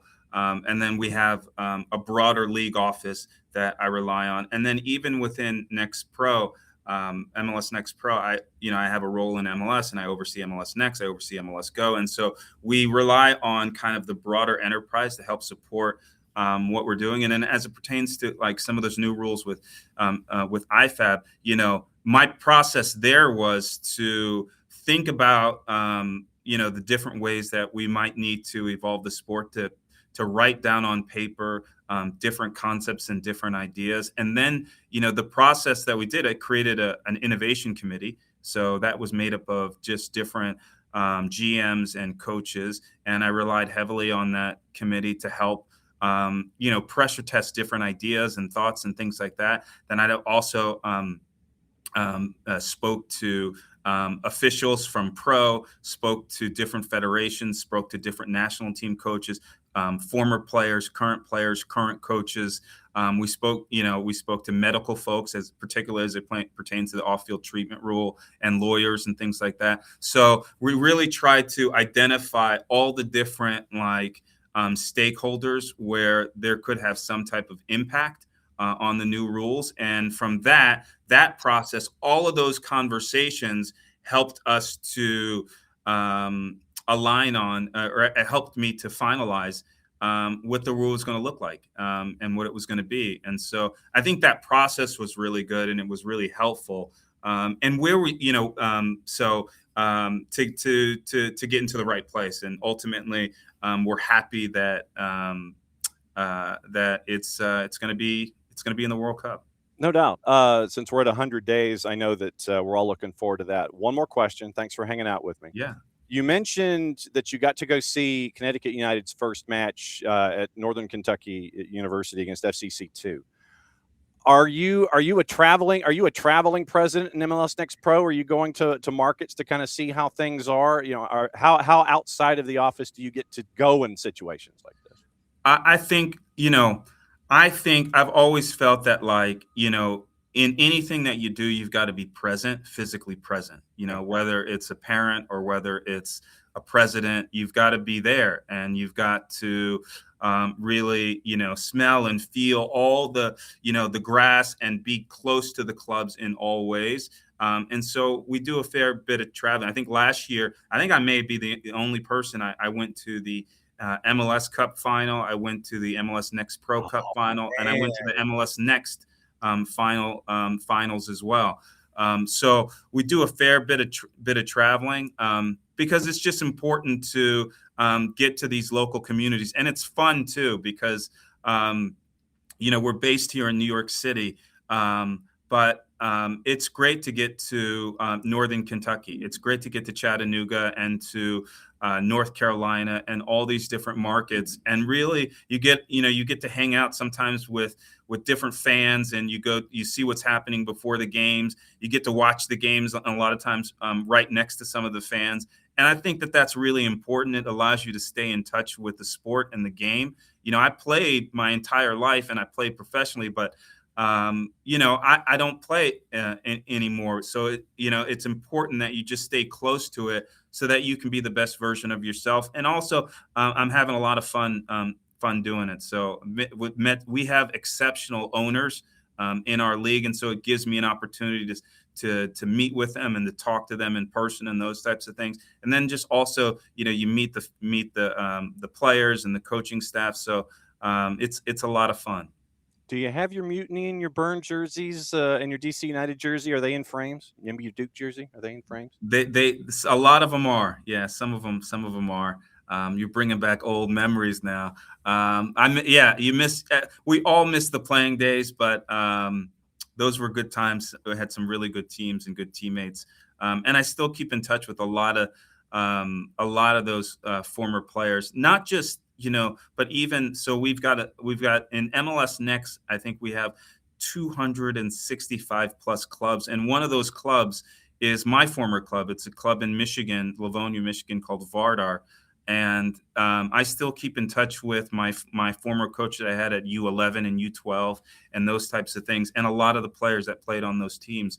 So, I'm a big believer that in relationships and staying connected to the people that have helped, get you to where you are. So very, very been blessed, and, it's going to be a great year. No doubt. That's very cool to find out about those kinds of things. See, now you're going to have me going down rabbit holes trying to figure out where your Mac is, where your Herman is, where all these things are, where everything's in frames. I cannot thank you enough for taking time out of your hyper busy schedule and talking to the MLS Next Pro president clone version of you to talk about things, because I know that the EVP guy's probably in a meeting someplace down the hall and getting everything done. If at any point you now have our garage door opener, you have the keys under the mat, you know where it is. If on a Friday you want to come in and talk about stuff, seriously, all you got to do is hit that link and you're in this space and you can come in and sit there and talk about whatever you want. You can talk Duke Carolina if you want to on a Friday, if you want to sit there and just take a break from something. You now know how to come into our studio. It's all yours. I can't thank you enough for hanging out with us here on a Tuesday early in the week. I can't thank you enough. Likewise, it goes both ways, John. Appreciate you. Love doing the show, and would love to do it again. Nice. So appreciate it. Sweet. All right, we'll catch up with you soon. Go get some coffee. Thanks, John. All right, that's cool. Ali Curtis, the president of MLS Next Pro, EVP at Major League Soccer, and so he got to hang out with us. That's very, very nice. I can't thank Sarah Jameson enough with the MLS office for orchestrating all that, because it literally was, okay, can he do this, this, and this? Can he go here? Can he go here? Can he go here? But that was cool to talk about everything MLS Next Pro.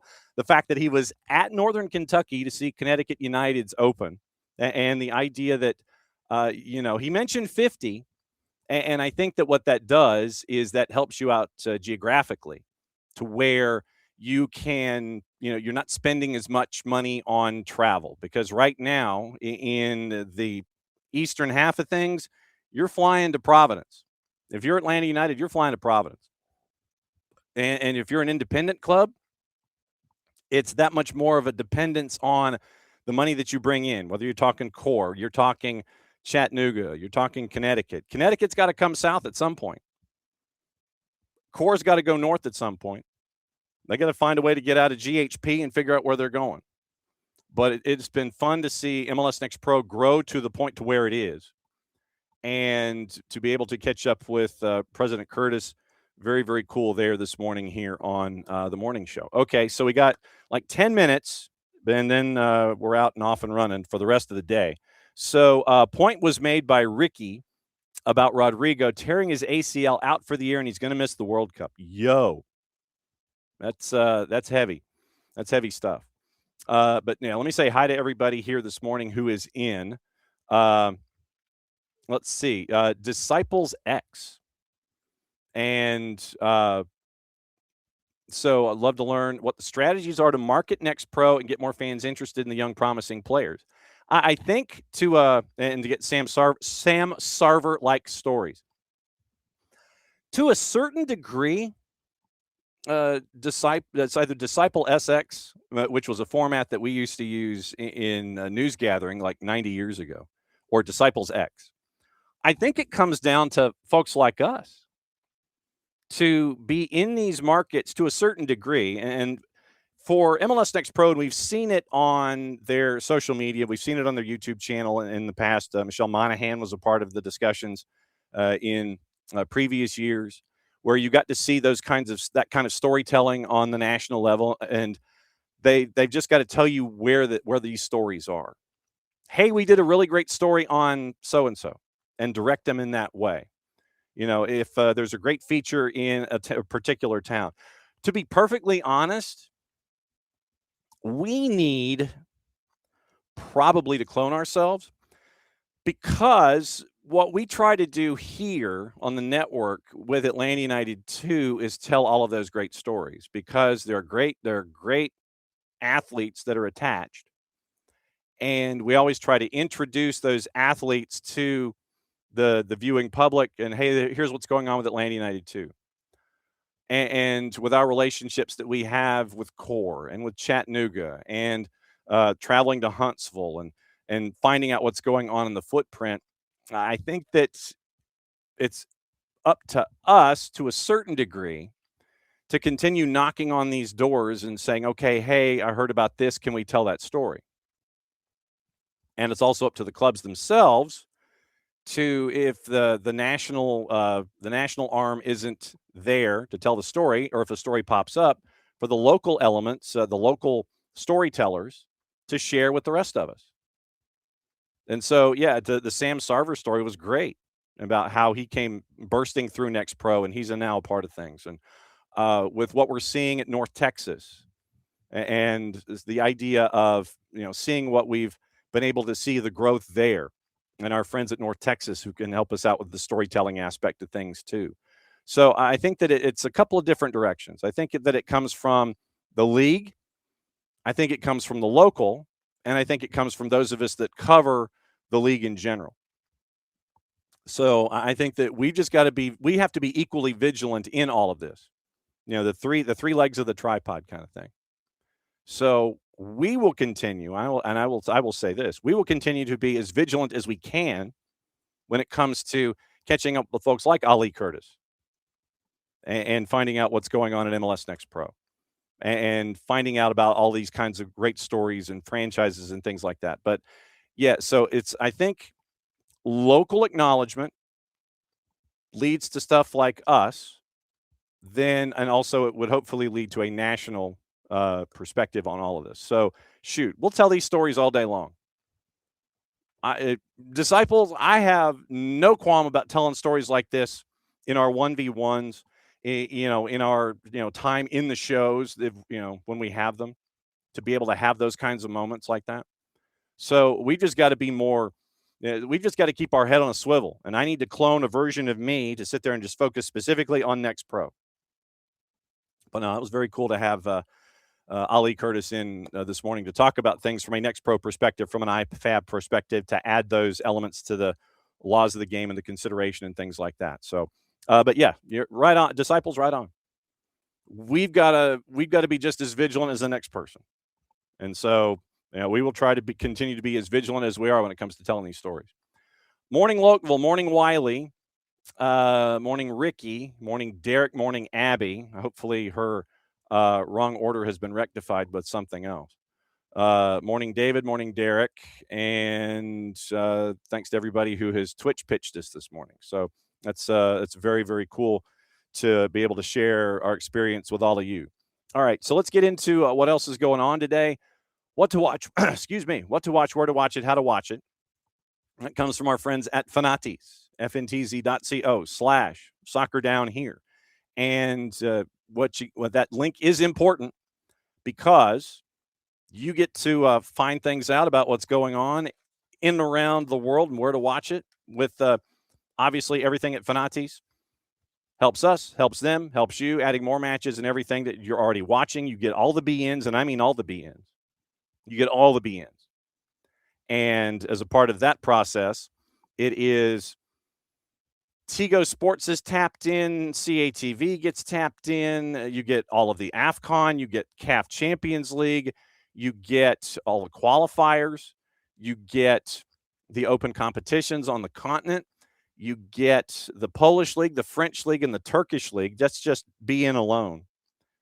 Then you get Libertadores, Sudamericana. That's also from BN.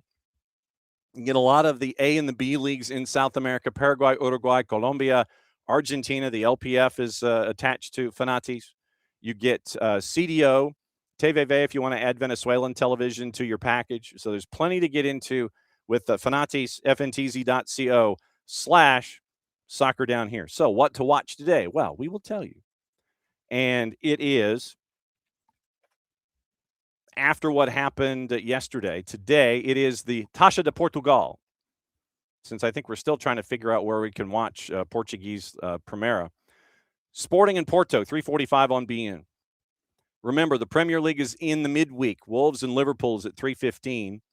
That is also on doubleheader in Liga MX at 8 and 10:10. That is on 2TN. Universo simulcasting the Premier League. FA Cup, the makeup match, because of the weather conditions at Port Vale the last weekend. Today, 2:45, Port Vale and Bristol City. Coppa Italia, Como and Inter Milan at 3 o'clock. Copa del Rey, Barcelona and ATLUTD. Big deficit to try to come back from, 3 o'clock. Germany, Dreiliga, 2 matches at 1 o'clock. Netherlands, KNVV Becker, NEC, and PSVs at 2 o'clock. Fox O&E continues with the CONCACAF Championship. 5 matches, 12-1, 3-3, and 7. Fox Soccer Plus has a quadruple header, 12, 3, 6, and 9. Peacock has your 3 matches from 2:30 in the Premier League. VEEX has 3 matches in Liga MX, 8, 10, and 10. Women FIFA World Cup qualifying, Spain and Iceland, CBS Sports Network at 1 o'clock. Golazo has the CONCACAF W Championships at 5 and 6, accessible on Golazo. Suriname, Haiti, Bermuda, and Costa Rica. Once again, brought to you by our friends at Fanatis, fntz.co/soccer down here. All right, so let's take the tour and see if there are any juice boxes to get into, any other stories to get into before we are out the door today. So juice boxes, 4 matches in the Prem. Bournemouth is a slight favorite at a plus 154 against Brentford at a plus 165. Those of you playing picks of the week, That is game number 1. Leeds, and so Everton is a -172 hosting Burnley at a +500. Leeds a -111 hosting Sunderland at Ellen Road at a +340. Wolves, big dog, at a +500 hosting Liverpool at a -192. Now, other news and things as we get into the day. Once again, you're looking at Wolves trying to figure out if they can get points against Liverpool to try and not continue to try to be the worst team ever in Premier League history. I think the last win kind of helped them out where they won't be. And Pep Guardiola this morning has said the decision to include Erling Haaland in the squad for tomorrow's meeting with Forest will be taken after training tomorrow. Left out the win at Leeds, sustaining a, quote, little injury. Guardiola choosing not to disclose the exact nature of the problem. It's not a big issue, but not ready for today. Crucial period in title race, traveling to Spain for Real Madrid in the Champions League round of 16. Feels much better. Yesterday, meaning Monday, we didn't train. We'll decide Tuesday. Same with Nico O'Reilly. We'll decide after training. And really, I mean, at this point, why should you say anything? Well, why should you say anything about your big gun? Give them, meaning your opposition, give them something to think about. Give them absolutely something to think about. So that is the larger element in all of this. Don't give the opposition something that they don't have to not think about for like a quadruple negative. A quadruple negative. Always this point of the season, especially when you're in European competition, make sure that you're taking care of business. And if that means lower body injury, upper body injury, it's small, fitness test, what have you, then so be it. So also, did you see this about Felipe Luis? This morning at 5 o'clock, wins 8-0 at Flamengo at Madureira.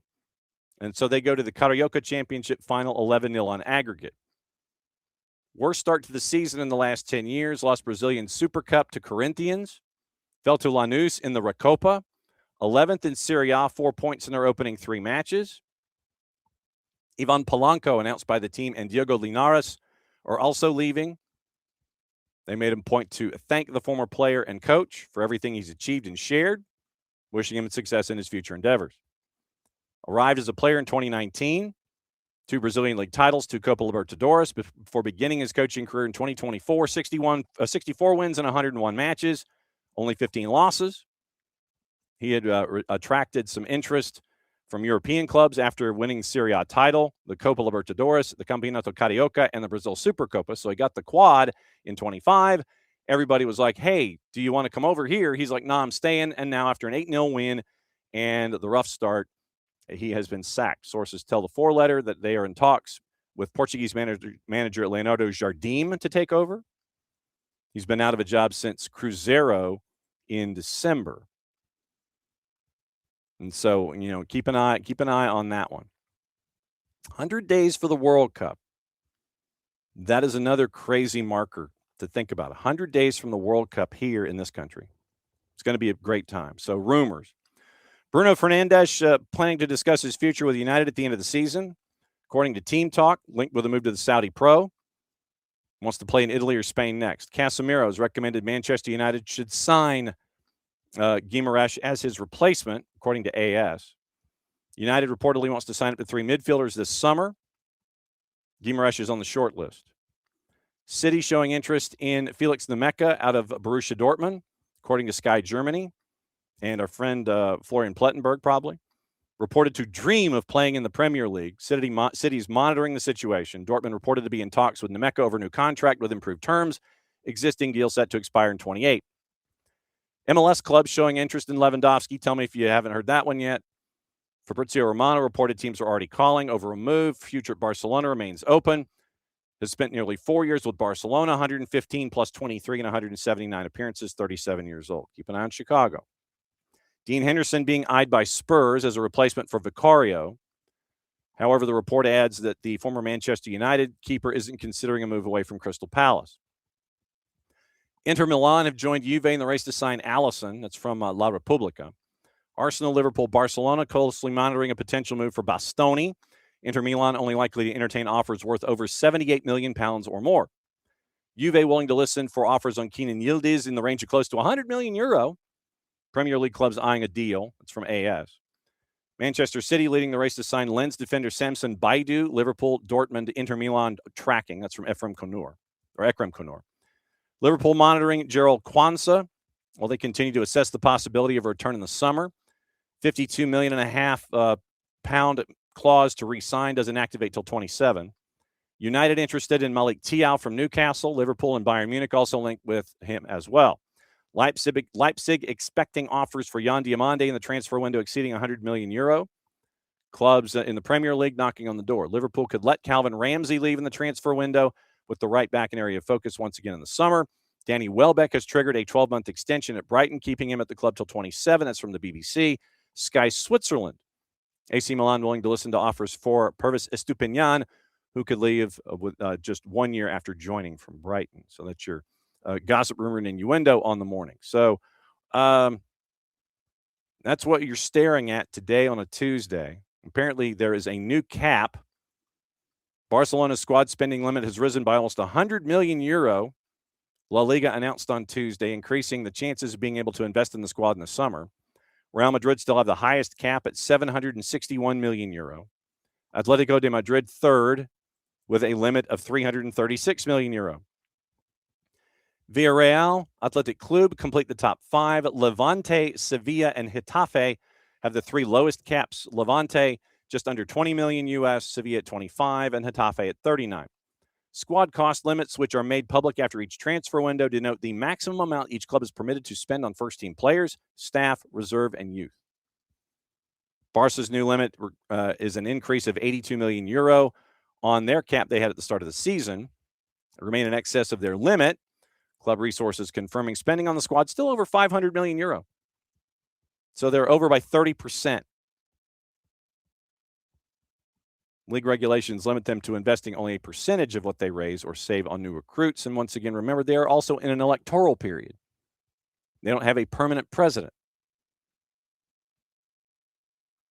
So keep an eye on Barcelona going forward. Okay, tomorrow it is Dylan Butler, busiest man in the Northeast, talking about Major League Soccer.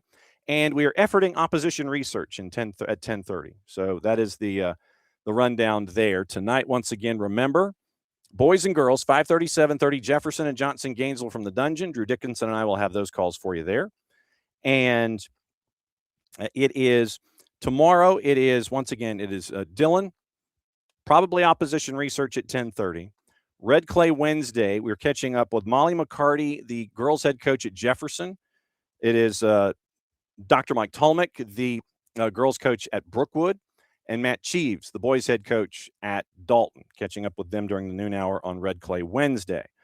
Thursday, Chris Doran, play-by-play voice of Columbus Crew, joining us at 9:05. Nino and Nico in the Power Hour at 10 and 10:30. Then it is Utopian Arts Academy at Social Circle. Those are on the network Thursday.